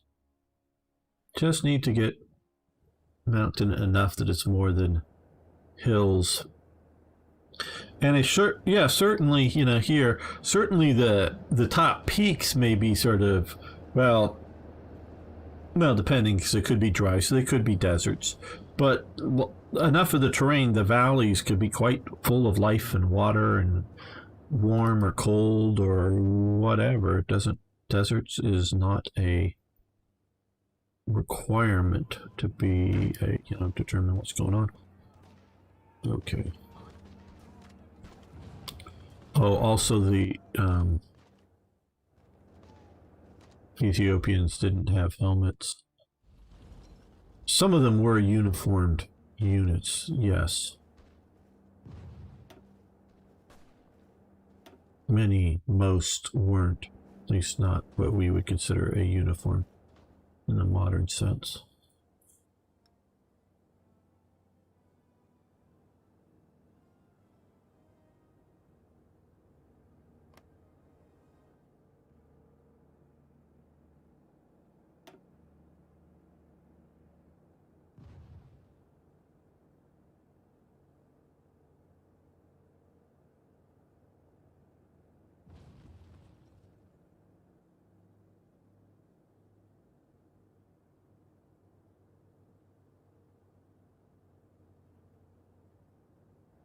So you're thinking right like here? Yeah. But so far we're doing okay.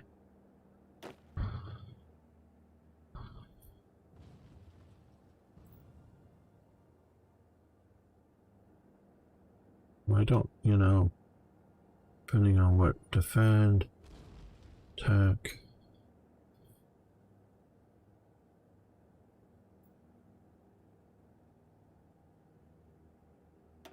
Yes, soup.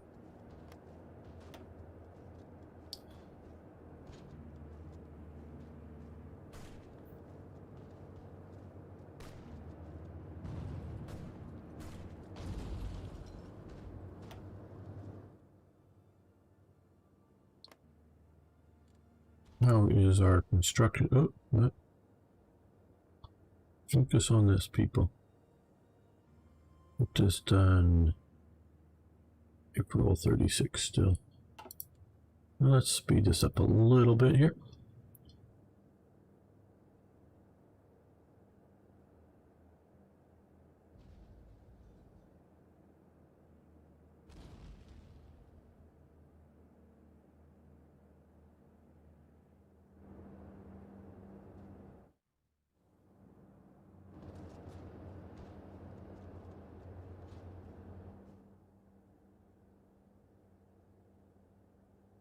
Now the main rail line, I think at this time, comes in from Djibouti into Addis Ababa.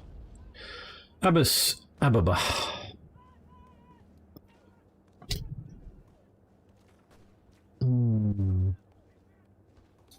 just see what they have to say.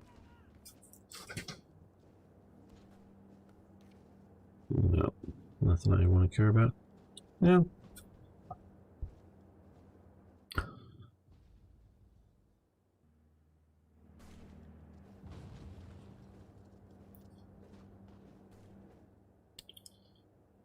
Well, they got 4 divisions pushing against R2, and up here they got 3 against R3.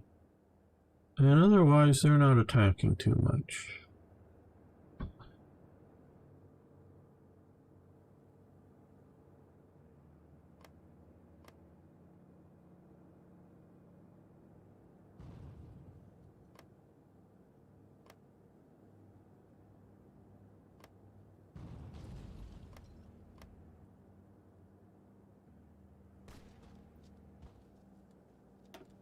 And yes, we're speeding this up a little bit more. Yes, we're at war.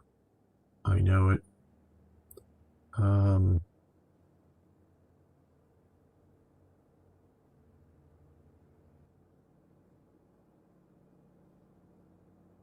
We've had 168 casualties, and Italy has just had 18. Wow. They've hardly had any.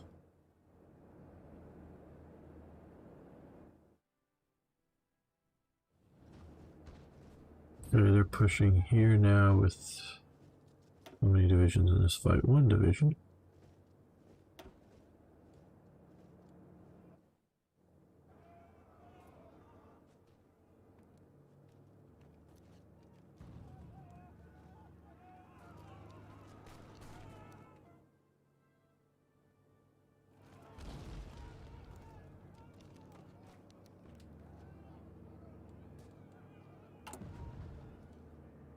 Wow, we're down to 2,800 negative K. Small arms equipment.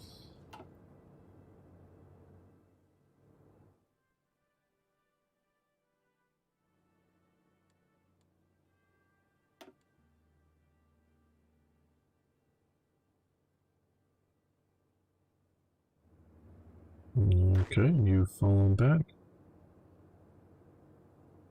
And you march back into there, and you come back into there. Well, you're much more organized. Maybe you can get in before they collapse here in Gondor. Gondar, I should say. There we go.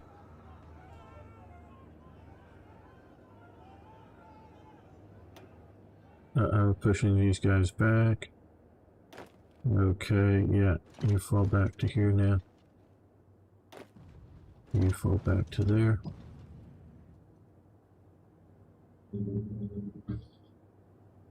Well, this is held over here. Okay, 6 divisions here. Well, let's pause this. Send you to there.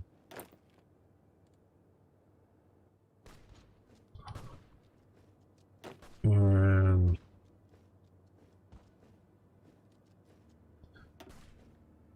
you to there. If they swing all the way around here, you can hold on that river flank.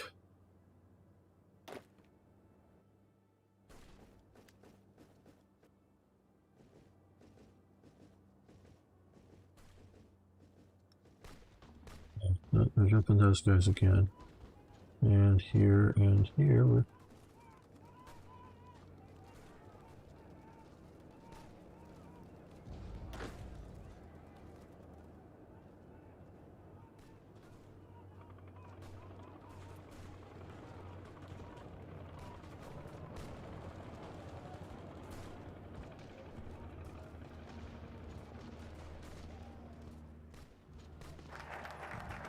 Industrial effort. Remilitarizing the Rhineland? Okay, cool. Well,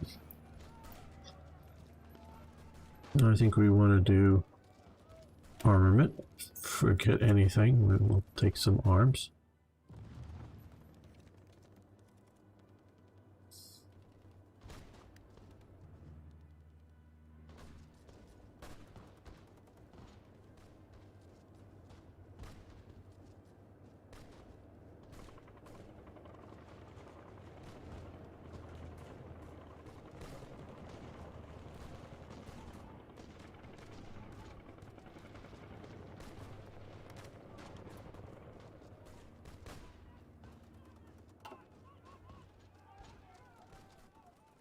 Oh, I think I can promote the guy up now.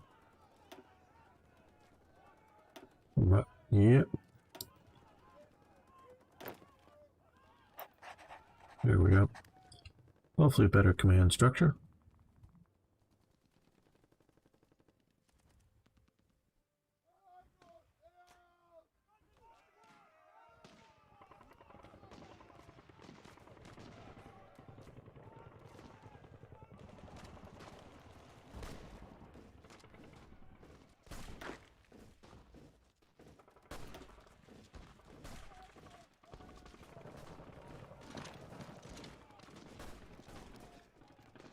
There we go.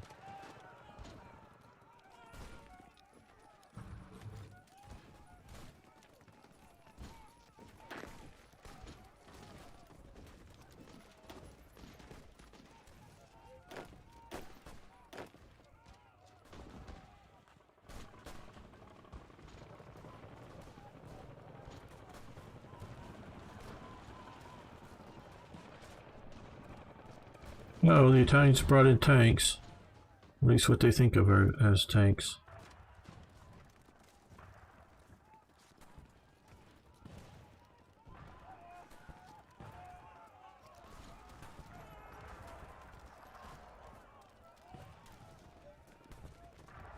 This is getting critical.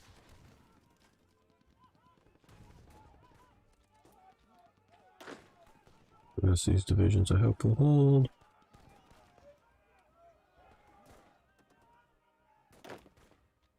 Well, let's send you back this way now.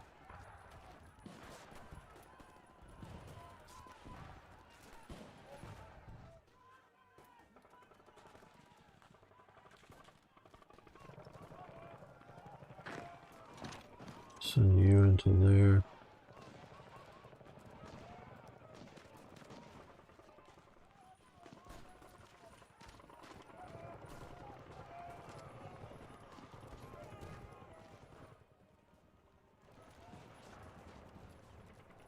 There we go. Second London Naval Treaty. And how does that help Ethiopia? I don't know. Support weapons, yay, that'll be helpful. Okay, we have support weapons now, which fortunately does not cause us any more production needs because we don't have them. We're doing that. We get 100% bonus, 63 off production or construction speed.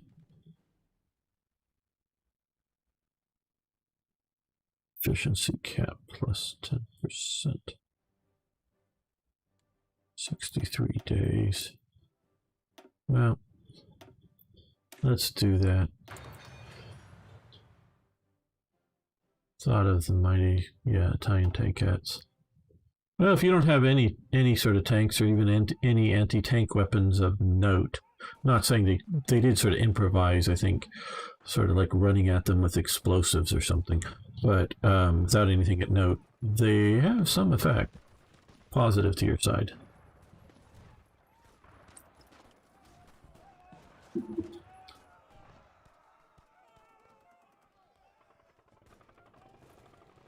What goes the war?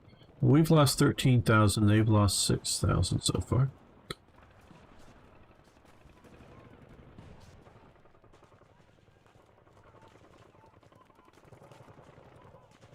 Now, I want to keep this province here particularly, because that would allow these guys to potentially, fall back this way. Now here, this may not be as critical, actually, armament effort, but I didn't want to give it up without any sort of fight. Okay. Okay, so we have that.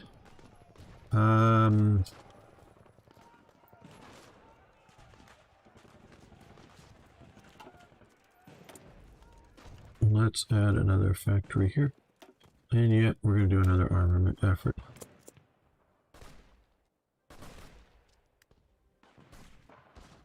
We set on the losses. 15,000 versus 8,000 to the Italians. Which I think is a lot more than they lost in the actual war. I don't think they lost 8,000 people. They lost in the hundreds, maybe low thousands. most of it was logistical problems, not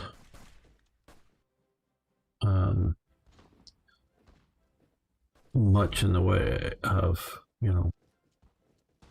Okay, you fall back into here, and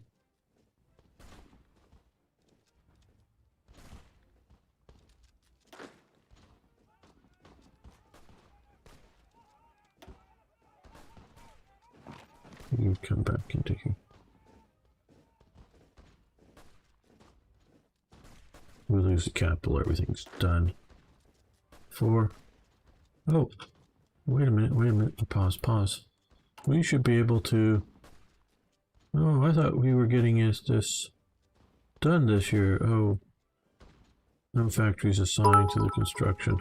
Oh, we've lost too much of the province to have construction, damn it. I was hoping to get that. Hey, thank you for following.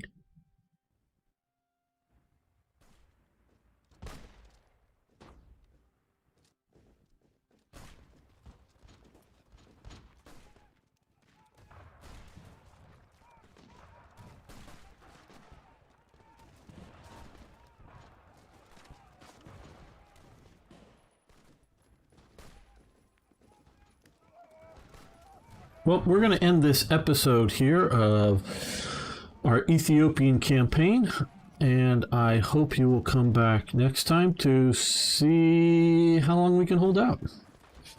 Thank you so much. See you next time for more Hearts of Iron. Okay. Welcome back, fellow armchair generals. This is Gamer 1745 here with my continuing playthrough. Yes, Ethiopia with the vanilla because we couldn't get Black Ice working properly. Ethiopia, and seeing how long we can hold out here. Anybody have, in relatively recent, I'm not talking way back when things first started, and I remember before watching some streams that Paradox was doing where Ethiopia was somehow doing naval invasions of Italy. But any recent, you know, within the last 6 months, how long somebody's been able to hold out as Ethiopia against the AI?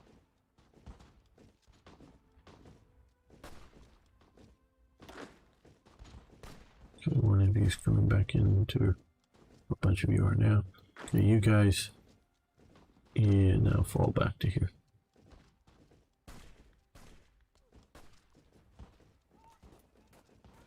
Oh, wait a minute. Wait, so somebody put on a... What the hell? Somebody have a front... What the... I didn't give anybody any damn authority to do anything. Huh? Delete orders. Okay. No. What the hell is going on here? No, you guys come here. I didn't tell you to do anything. Did I somehow put this under?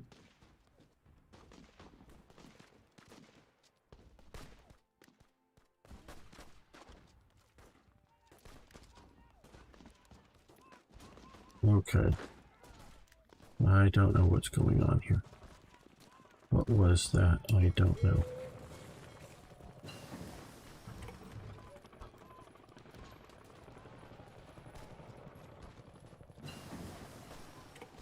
Okay, basic machine tool. Are we still producing any weapons? Good. 9 a day. Yeah, maybe Ethiopia could produce 9 rifles a day.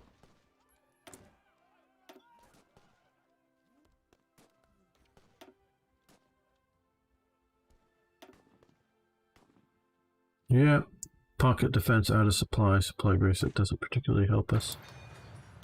But hey, we'll take it. Don't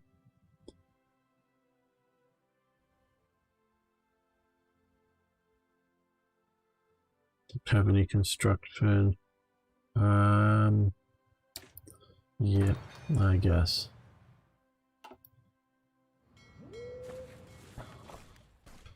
Don't like what that was happening. AI was taking over for a moment, and I don't like the AI.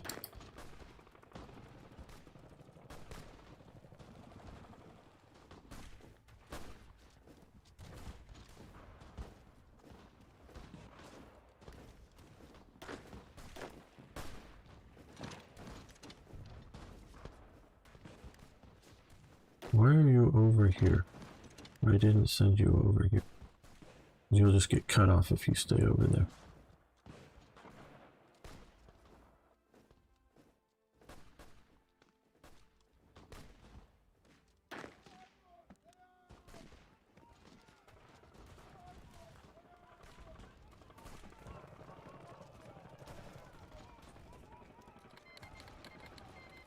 National Spain has declared war on Republican Spain. We can modify our government. Well, what do you know?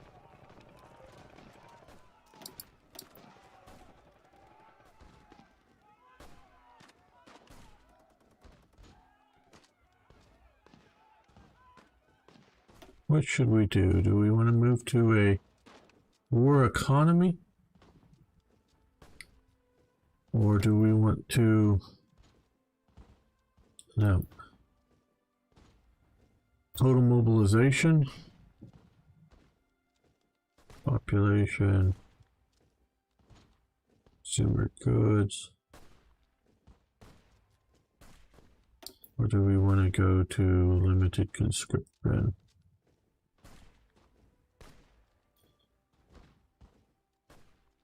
Manpower might be nice.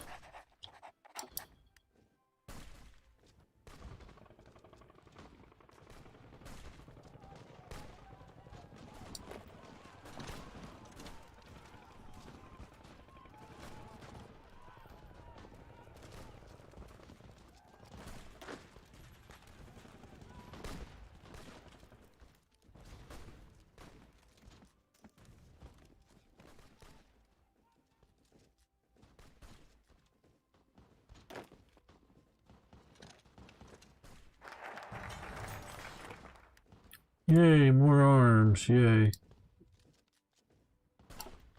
Need to be produced by steel that we don't have.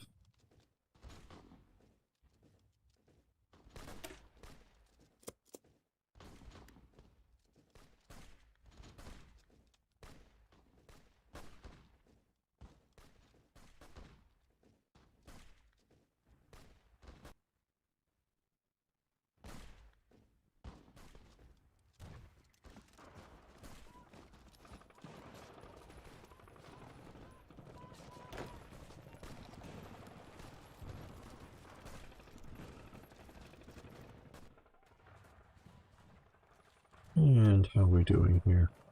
25,000 lost to their 13,000.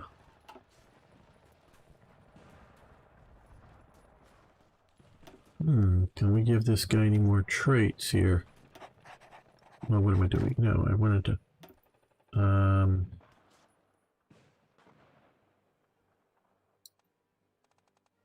He can possibly... Okay, offensive. Do you think we should do it? No, we're going to go max entrenchment, organization reinforcement rate, vision recovery rate. I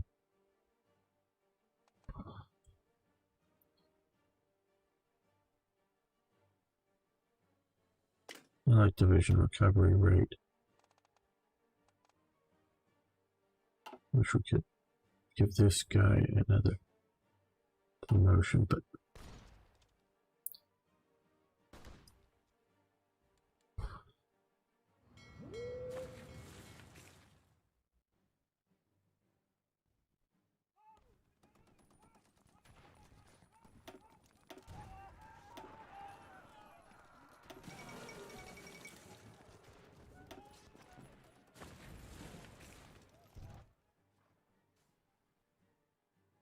what? Come on, people! What the hell are you doing here now? Somehow you're thinking you're in charge or something? I don't.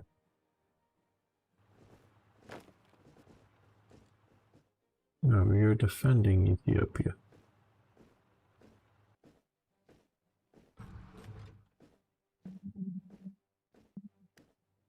Well, now that it's sort of limited piece, let's send you and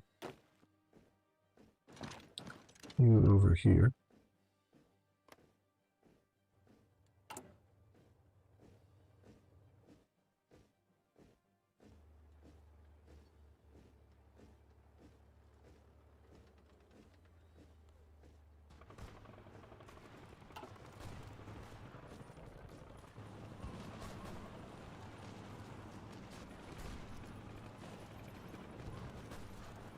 I wonder if I'd gotten that fortification, if that would have made, well, it would have made a difference.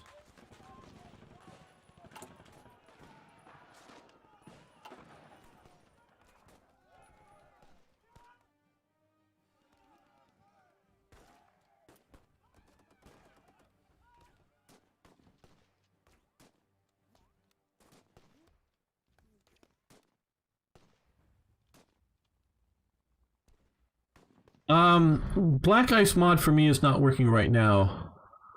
Mystics, how you doing? So, I'm not quite sure why I was having problems. That's why the going crazy thing is up for the stream, because I couldn't get Black Ice to work.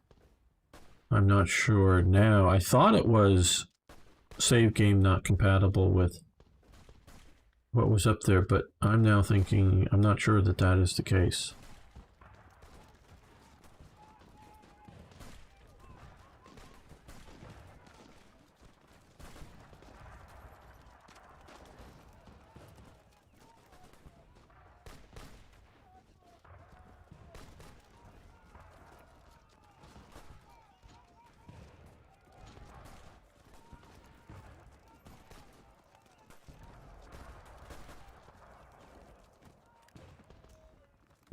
Snack minutes.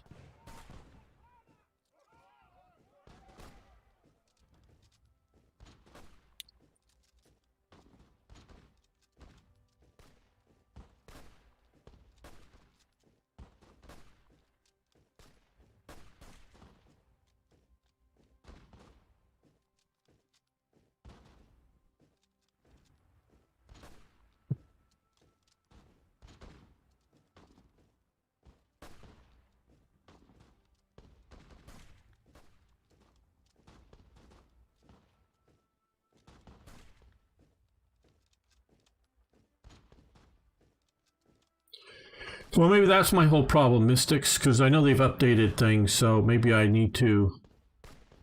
And I didn't try uninstalling the game and reinstalling it to see if that would get it to work. That might be it. So we're just playing vanilla right now because of things that really sort of screwed up my day. Rather sort of frustrated right now. Sorry guys, I know there's not many watching. This is not my best day for streaming.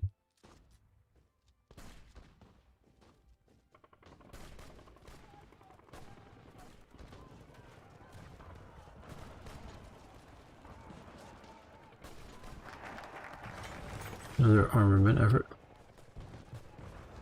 Oh, I don't know that we can hold out. We're just seeing how long it takes, or how long we can hold out. As Ethiopia, I don't think it's like going to be long. We're at 11 rifle, almost 12 rifles a day. I mean, mostly right now it's so low because of lack of steel, but yeah.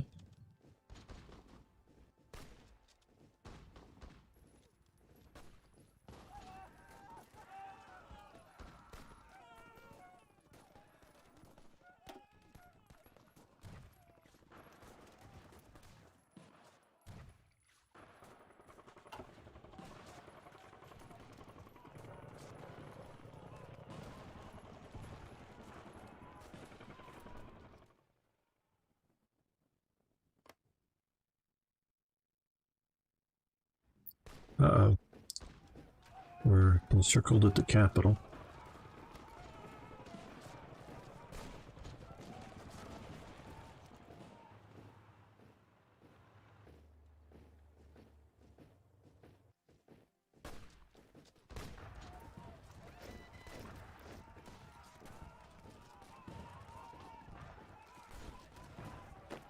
Everybody come to here. Everyone be assigned.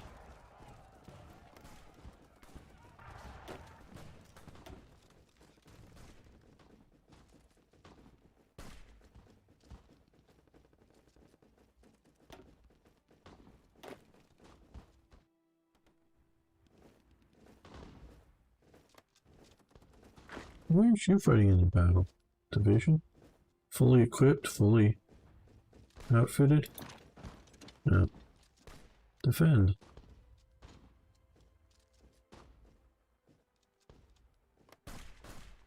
Oh, we haven't unpaused it, that's probably wrong.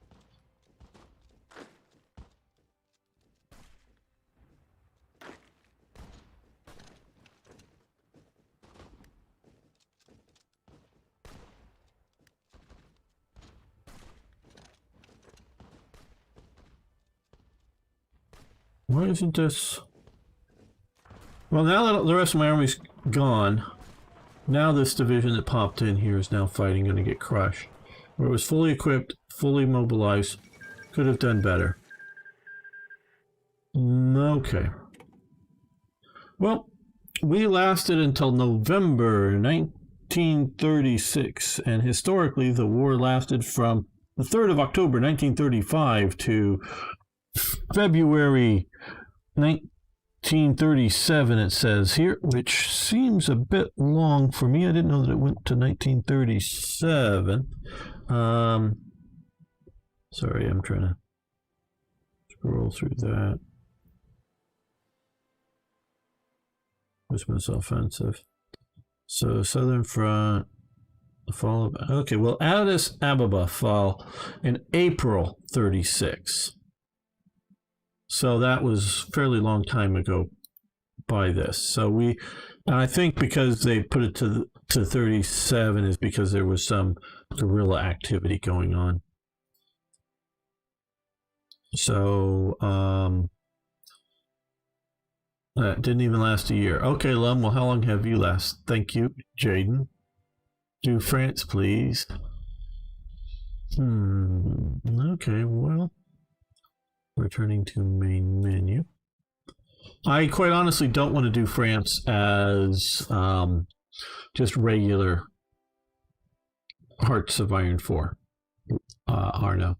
If I could get Black Ice to work, and I don't know that I'm going to try to uninstall and reinstall right now on middle of the stream. Oh, no.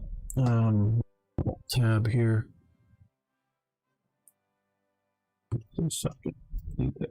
Okay. Well, for those of watching the fall, yeah, we lasted a bit longer than historical, but we did fall. So thanks so much for watching. Thanks for liking the videos, subscribing, all that good stuff. See you next time for more, yes, even more Hearts of Iron. Okay. Just wanted to end that episode.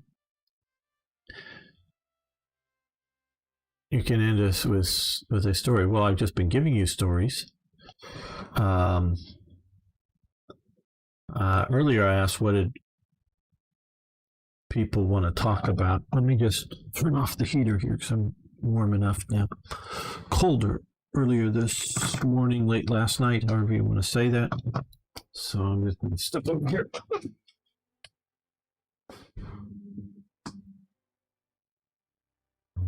And be right back in a moment here. If there's anything you guys wanted to chat about that was appropriate for YouTube, thanks. Yes, Twitch, gamer_1745. I'm streaming live on both. Mystics. How could the Allies have won in May, June 1940? May, June.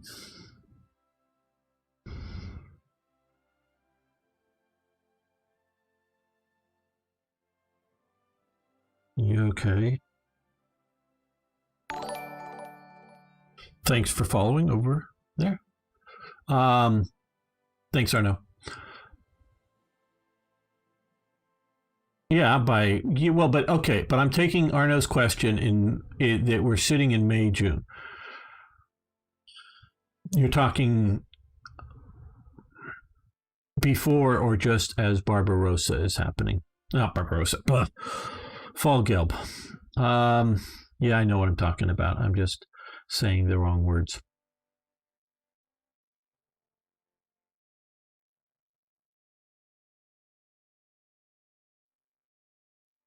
Well, the best thing is just to tell the Dutch and the Belgians to either die in place or run or evacuate their country, all their military power they can from their countries as fast as possible. Do not try to defend France. I mean, do not try to defend Belgium or the Netherlands. Just get the hell out. Just tell them to get out there. Oh, cool. Okay. Call me Loeb.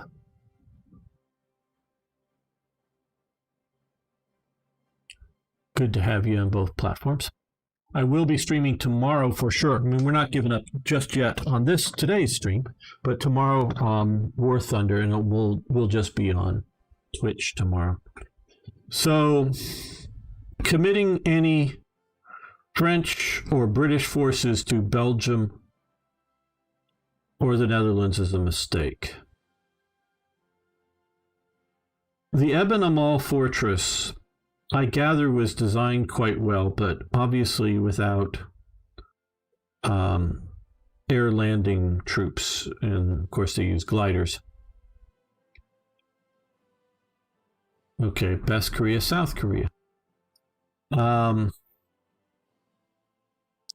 So it could look like you could hold along the sort of whatever canal lines that I forget the names that Eben Amal and some of the other fortresses were made, and for Belgium, but you're always going to see turning the flank through the Netherlands. So once you've identified the idea that the Germans are coming into the Netherlands, they're not doing World War I, in which they're leaving the Netherlands to be, at peace. Then trying to defend Belgium becomes untenable, in my opinion. It just isn't going to be productive. To the best of my knowledge, there are no significant fortifications between the Belgian and Netherlands border area region turning the flank.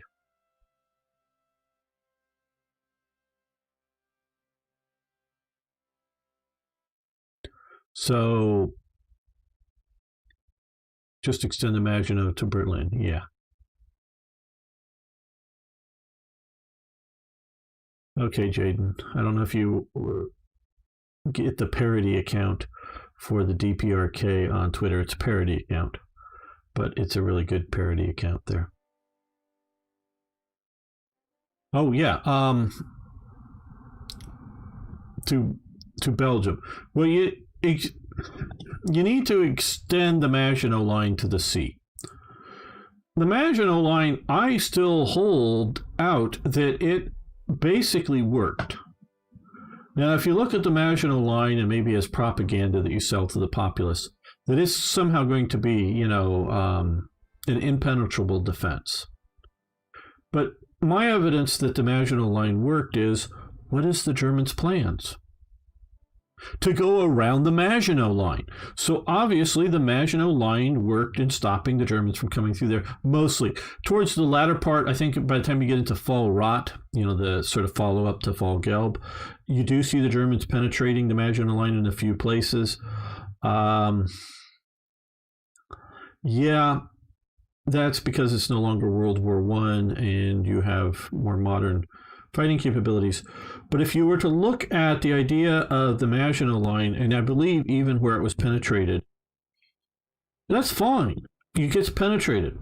But it's meant to one, delay punching through it, and two, concentrate the punch through it, and then allow you to bring reserves up to block any breaches through the Maginot Line and destroy those breaches, the forces that come in through it.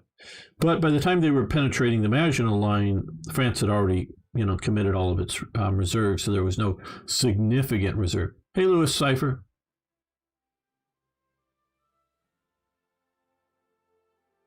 Very good to hear, Lewis. I hope you're having fun with it. Hello, Van Kofi. How you doing? So, again, for everyone out there, our topic is how could the Allies have won in May, June 1940? But there is no extension to the Maginot Line in May, June 1940. Now, if we could talk, like Lum was saying, much earlier on, whether it's in 1935 over the Saarland or 1936 over remilitarizing the Rhineland, had the Allies marched into Germany, at that point, not letting them rearm, they could have won. But that's also, not exactly those dates, but at some, at least by 38, really starting to extend the Maginot Line to get it built before there's a major Allied invasion. So again, back to 1940, May, June, just sort of as the beginning of Fall Gelb. Yeah, just tell the Belgians and the Dutch, put what troops you want to fight and delay the invasion of your country. Evacuate anything else you can evacuate, whether it's population, industrial capacity, or military forces, and either across the sea to Britain or down into France. And then take the BEF and about a third of the reserves and stretch them out along roughly the French-Belgian border. Now, maybe some of that just because of some of the rivers here. Let's take a look here. Let's take a look here, because I'm sort of trying to picture it in my mind here. New game.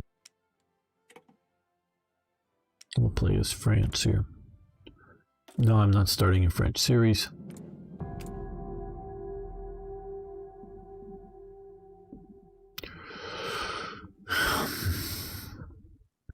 Yeah, there really isn't a good river here, I don't think, that's going to hold up. But I was wondering here if there would be, because this is just, you're not going to be able to defend this well enough. I know they sort of thought maybe they could, but I know they thought there was going to be a lot more time to react, meaning the Eben and Mall fortresses which are right in here. They would take a lot longer for them to fall. They could hold the Meuse River here a lot longer. And they were quite sure that you couldn't move tank. Not that a tank couldn't drive through this territory, but you couldn't move sufficient forces of them to come through here. They knew for sure that some forces could. Obviously, they'd seen huge amounts of forces come around this way in World War I. So that's what they were expecting. A second World War I in the plan of attack. And that you can sort of try to use this river as a defensive line. But once you see them going into the Netherlands, this just becomes no. And trying to defend way back here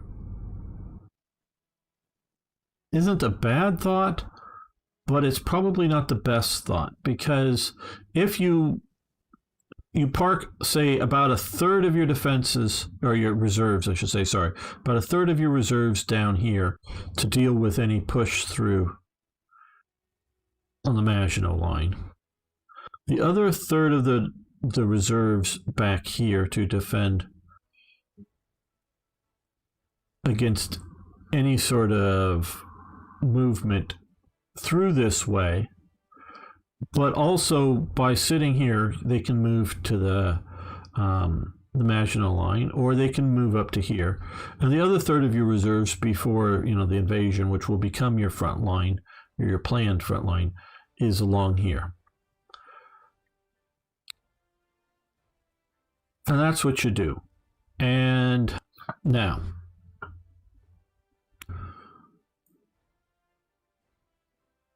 so Western Europe, that would be an interesting challenge. Well, I didn't do so well a long time ago. There's French Follies, a Huawei 4 series of me trying to play France.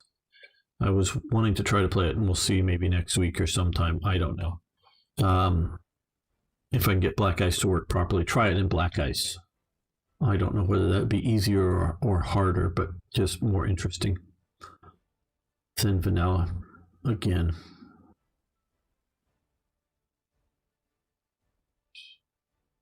Doing so well in Huawei 4, what a surprise. Yeah. And so if you just try to hold the line, World War I kind of things, that's not going to get you to win. What you need to do is to be able to destroy the enemy's forces. Now, this part of the French reserve obviously becomes part of the line.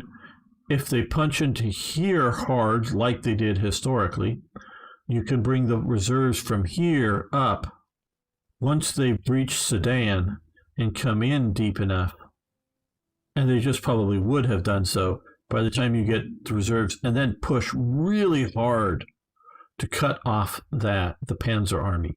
If you kill the Panzer Army, basically, not maybe every Panzer division, but you kill the Panzer Army that pushed into here, and truly destroy it by cutting it off, pocketing it, and destroying it. Sure, there will be a few troops scattered getting back,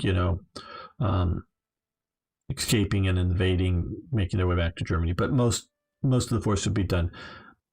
That's sort of done for the German mobile forces. They're done if you can do that. If you can destroy that panzer force, all you got left are infantry divisions, which may be pretty good, but that's all you've got.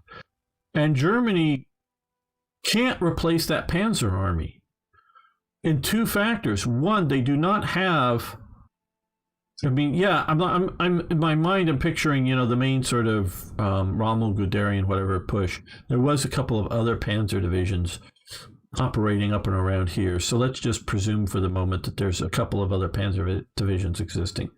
But if the bulk of the army, breaks through Sedan and pushes in here.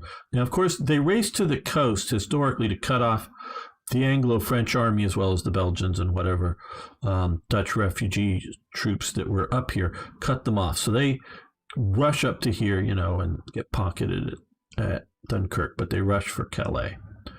Well, that isn't going to happen if your main army is sitting here. You've left whatever fortress troops and any other supporting troops that you want to sort of fight here, and just tell the rest of the Belgian armed forces, just head to France. Just go to France, go in there, put yourself under French control, or British control if you prefer, instead of France. And then whatever Dutch forces, just tell them to try to get out via sea. Just get on boats, ships, whatever. Just get out. Just an evac order. And so I would say, I would sort of generally go, we're sort of surrendering the country, but all of our soldiers are told either not to fight or to run away. But if you get caught, just surrender. Don't die for nothing, because just trying to shoot a German or two isn't going to help out anything.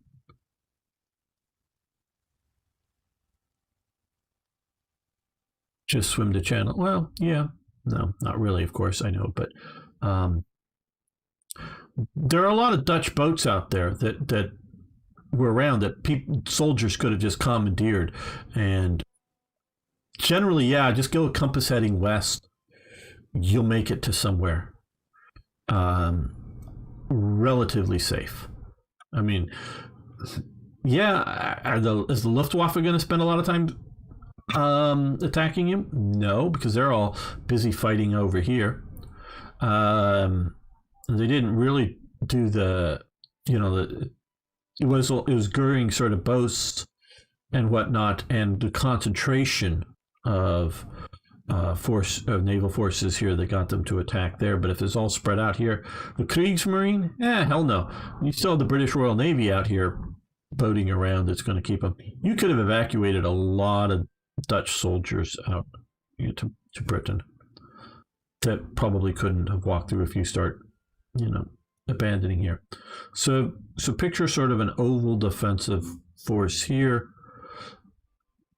And so if you get the sort of Rommel-Guderian punch through Sedan, where are they going to go? Are they going to try to fight their way through all of these reserves that are sitting here?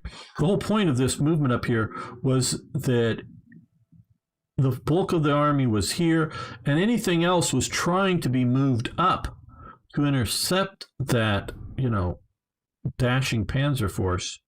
And they just weren't able to move that strategically that fast. So this was moving through largely, I don't want to say unoccupied, but largely areas that didn't have significant military forces in it. But if you put, an army strength, including the BEF, sort of sitting around here, you're not just going to be able to punch through it. And as you're sort of doing it, you might be hitting the forces piecemeal to some degree, but they're going to be able to more reacting to it. And it was sort of the whole force that, the whole force that at Dunkirk that gets evacuated is just sort of sitting here. Yeah, no, that isn't going to happen. So either they come across here and try to fight their way up this way, but they probably won't because they will have been flooding through Belgium here without the large Anglo-French forces. So they have either come generally towards Paris and then swing north, or generally towards Paris and go to Paris, or try to swing south. So basically here and here is sort of where they are. And then they'll probably push into here and here, these two provinces. And it's not so much waiting for that, it's going to take that amount of time to move your other 1/3 of your reserve. So first they've had to fight through here. It would have been better defended than it was historically at Sedan. Could they have fought through? I'm going to say yes for the moment. But they're going to be weaker. And then once they get a ways into here, then all of these other forces just come up and smash into their flanks and destroy that Panzer Corps, like I was saying, or the Panzer Army. Well, yep, a few other divisions around, Panzer training schools around that have personnel, but the great bulk of your elite special forces of panzers, and they were an elite special force, trained up to do what they could do. Quite elite in the, period of the time.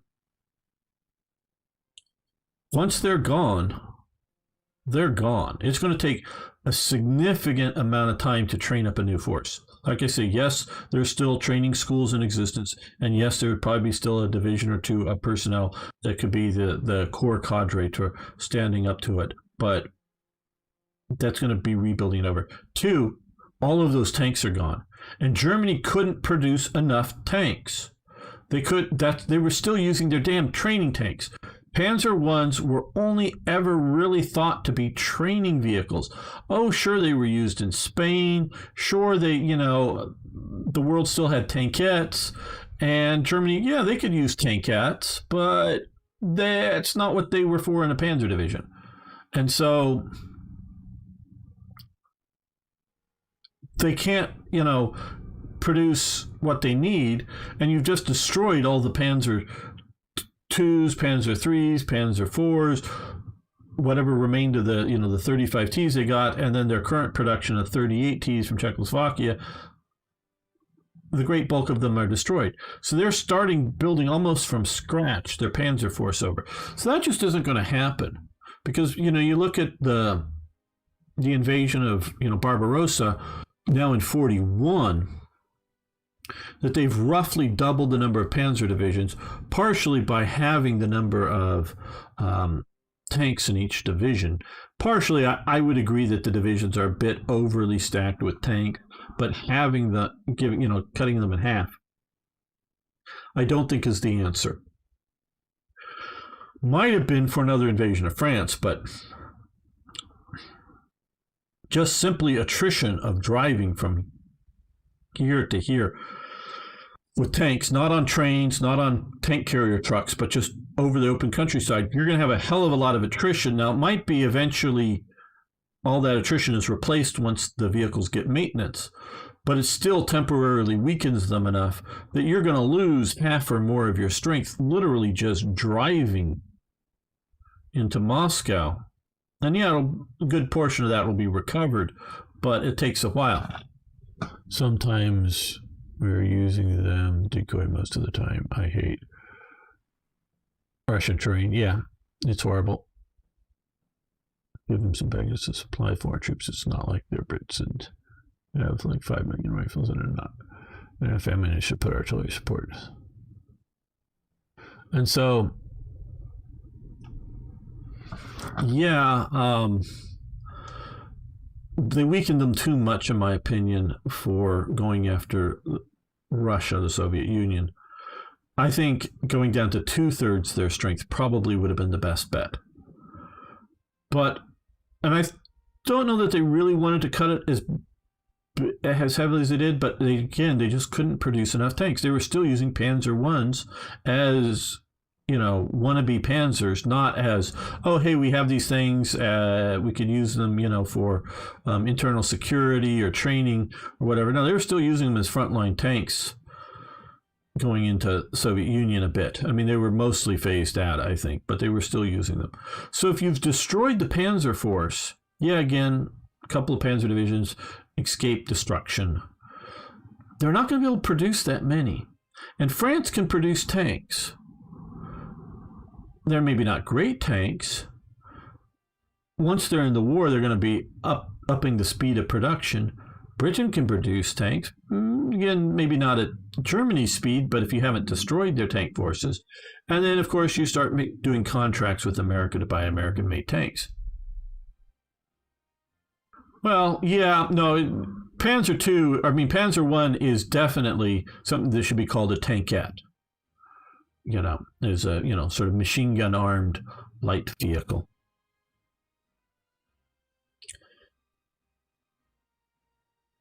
And once that Panzer Force is done, what's Germany going to do? Because remember, I say this a lot, warfare is a political act. Just because you've destroyed the Panzer forces doesn't mean the rest of the army is defeated.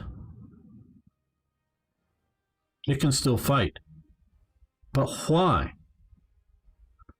Do the German people just want another war? No, they don't.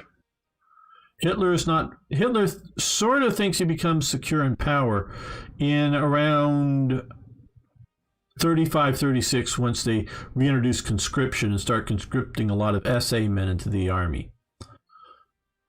But really, when he becomes almost untouchable politically within Germany, and I would say untouchable, I mean, he could be assassinated, and he's never done so. But where he becomes untouchable is with the fall of Paris. That is the moment. And I've watched the film of the victory parade that's held in Berlin. Is just a mass jubilation party.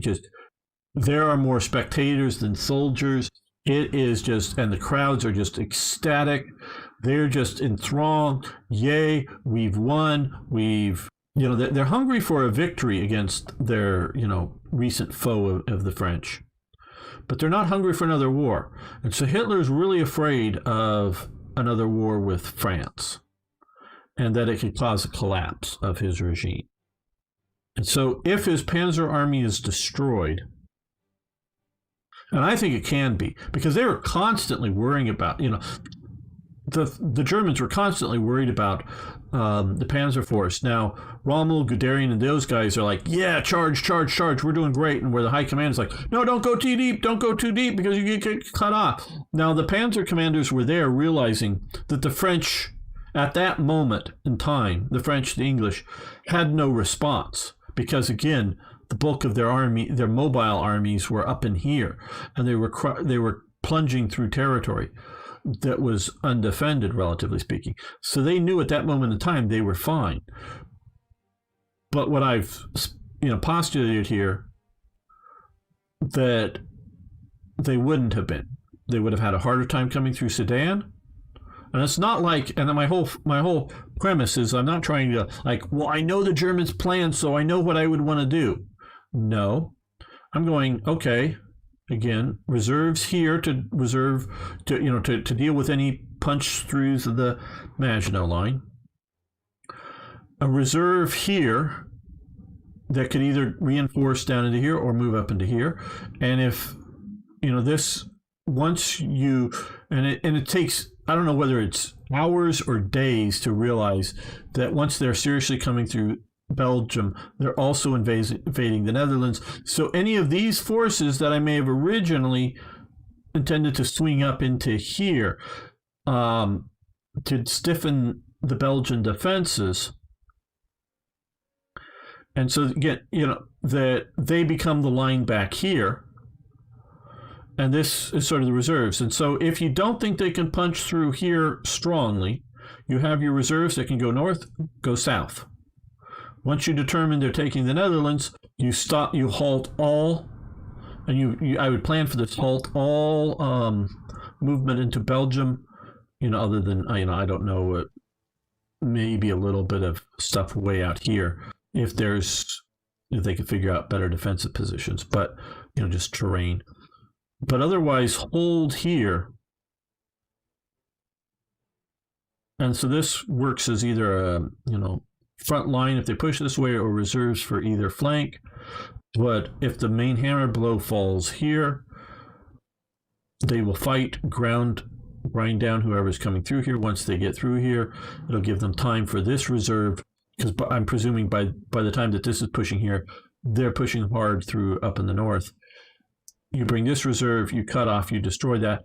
I think that means there's a military coup against Hitler and a possible German civil war. And you've won. Let's see if you can call the pillboxes on. Well, that's sort of a tankette, pillboxes on tanks. But they can also be sort of like huge numbers of 50 of them, all driving all at once with just machine guns firing and using their tracks to grind up people or grind over stuff, and just sort of mad rush, sort of light tankets. Victory parade from Berlin to Paris. Well, it wasn't that big. German people needed a victory. Well, but that got them on Hitler's. He's, the wonder. Hey, OCB, defense, what? Attack. Yeah, that's the old French thing. Oh, yeah, you're French. Well, that's where they were coming off the Napoleonic Wars, and where they started in World War I, but realized, no, we need to defend. So that's how it could be done. France in May, because this was the original question. I know there's some new people here. In May, the question is how Germany, or how the Allies could have won in May, June 1940. And so they had the first French armored division was commanded by Charles de Gaulle, and they were just being stood up in early 1940. So it's not an old formation. I do believe most of the units within it, battalions or regiments or whatever, had, I think, existed for some time, but this was the first time that they're really put together in a division, where all of the cavalry tanks were sort of in cavalry regiments to dash around and support, to do the old cavalry role, support other units. And then the other tanks that existed were sprinkled around through infantry divisions, generally better infantry divisions, as support vehicles. So most of the unit was, unmotorized infantry with a tank company or something, not a tank battalion, but a tank company. That's how they mostly were deployed. but they're starting to get the idea of a armored division, and so yeah, and I think you could have easily plunged into their flanks and destroyed that, and I think that would have destroyed Hitler's regime. I think there would have been an army revolt, because I don't think the German people were willing to go through another 4 years of some sort of trench warfare. And had that happened, Mussolini would probably have not gone into the war. Maybe if he saw... No, I think it's only with Dunkirk does he come in to the war. You know, before or as the sort of start of fall rot, you know, post Dunkirk is when Mussolini comes in. I think Mussolini doesn't come into the war, but I don't think there's need to be much French forces. There's a lot of fortifications down here. Do realize to hold the French or the Spanish border, you just basically hold that province and that province. No, this province. All the rest here, this should be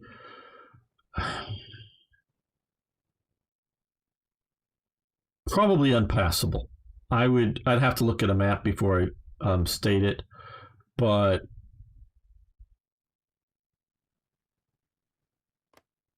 yeah, you can hike a battalion over these mountains in many places, and I know there were a bunch of somewhere along here, in the tens of thousands of Spanish Republican forces, fleeing into France and giving up their arms to the French. But those are just men and women climbing over the mountains. But it's one thing to get over the other side of the mountains. It's another thing to get over the other side of the mountains and then have the idea that you're bringing ammunition and food and other things up to you. And sure, a few hundred or a few thousand people carrying stuff on their backs, dropping off and walking back and forth, that doesn't supply a modern force. It supplies a special forces campaign. So I would, at least some of these, I would put an impenetrable border. And it really functionally was for the Spanish. So the French does not need to, fully garrison this border, just that province and that province strongly.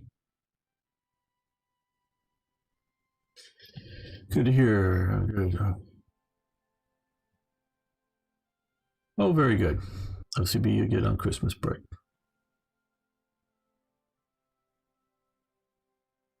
So what do you guys think? Is my strategy for winning a sound one? A practical one? So I know some of you guys do think a lot about this and played a lot of war games. Well, yeah, like I said, I will see about it next week, maybe. Not today, because I can't get Black Ice working, and I don't want to do another just vanilla France campaign right now. Let's look at their national focus tree currently. Again, rearmament. The Popular Front.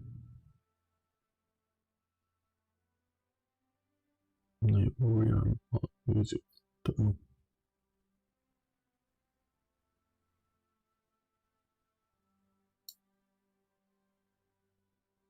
Well, I'm going to try to get Black Ice working for next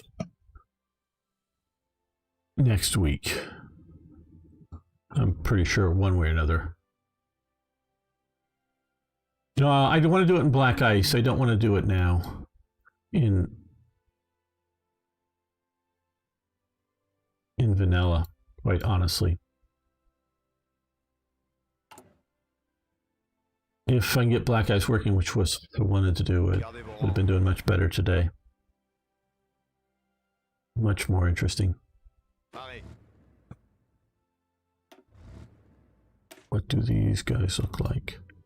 Yeah, this is the kind of thing that I was thinking we would be seeing. Yeah, the Hotchkiss tank, I do believe, is the main cavalry tank, where the Renault was the main infantry tank.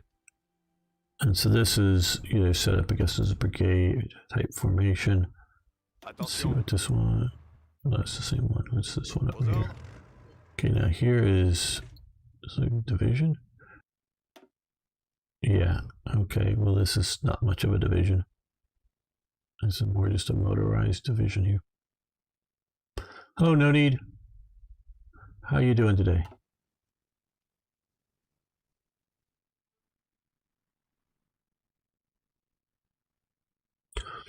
Okay, well, I guess we're probably going to end the stream now that No Need's here. No, not why we're doing it, but yeah. So did you drink African palm wine to go crazy today? No, I was just having a lot of frustration prior to the stream trying to get Black Ice to work. And yeah, having a bit of a bug with that. So I'm thinking now I need to maybe uninstall and reinstall Hearts of Iron 4 again to see about that or something. So that's why I went crazy. I was just frustrated. Earlier, you can check out some of the beginning of the stream. So yeah, I want to thank you all for arriving here. Okay, playing Hoi 4 and watching stream. Always beating me. Okay. Corona quarantine. Life is nice. Well, I don't know that after a while, house quarantine gets a bit much. Thank you, Arno. Hello, Mike. How you doing?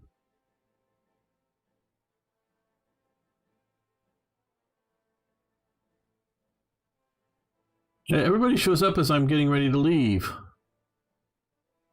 But yeah, maybe I'll go back to the earlier start time, like Arno was maybe sort of suggesting yesterday when I was talking to him, because it seems like a lot of people there. So yeah. Yeah, now that I'm getting leave, everybody's showing up. But yeah, thank you guys. Tomorrow it'll be War Thunder only on Twitch. So if you want to follow over there, and Monday, thanks for the follow. And Monday I'll be streaming December 7th for Slitherine. Order of Battle will be playing the Pearl Harbor scenario. Hey, Scooter.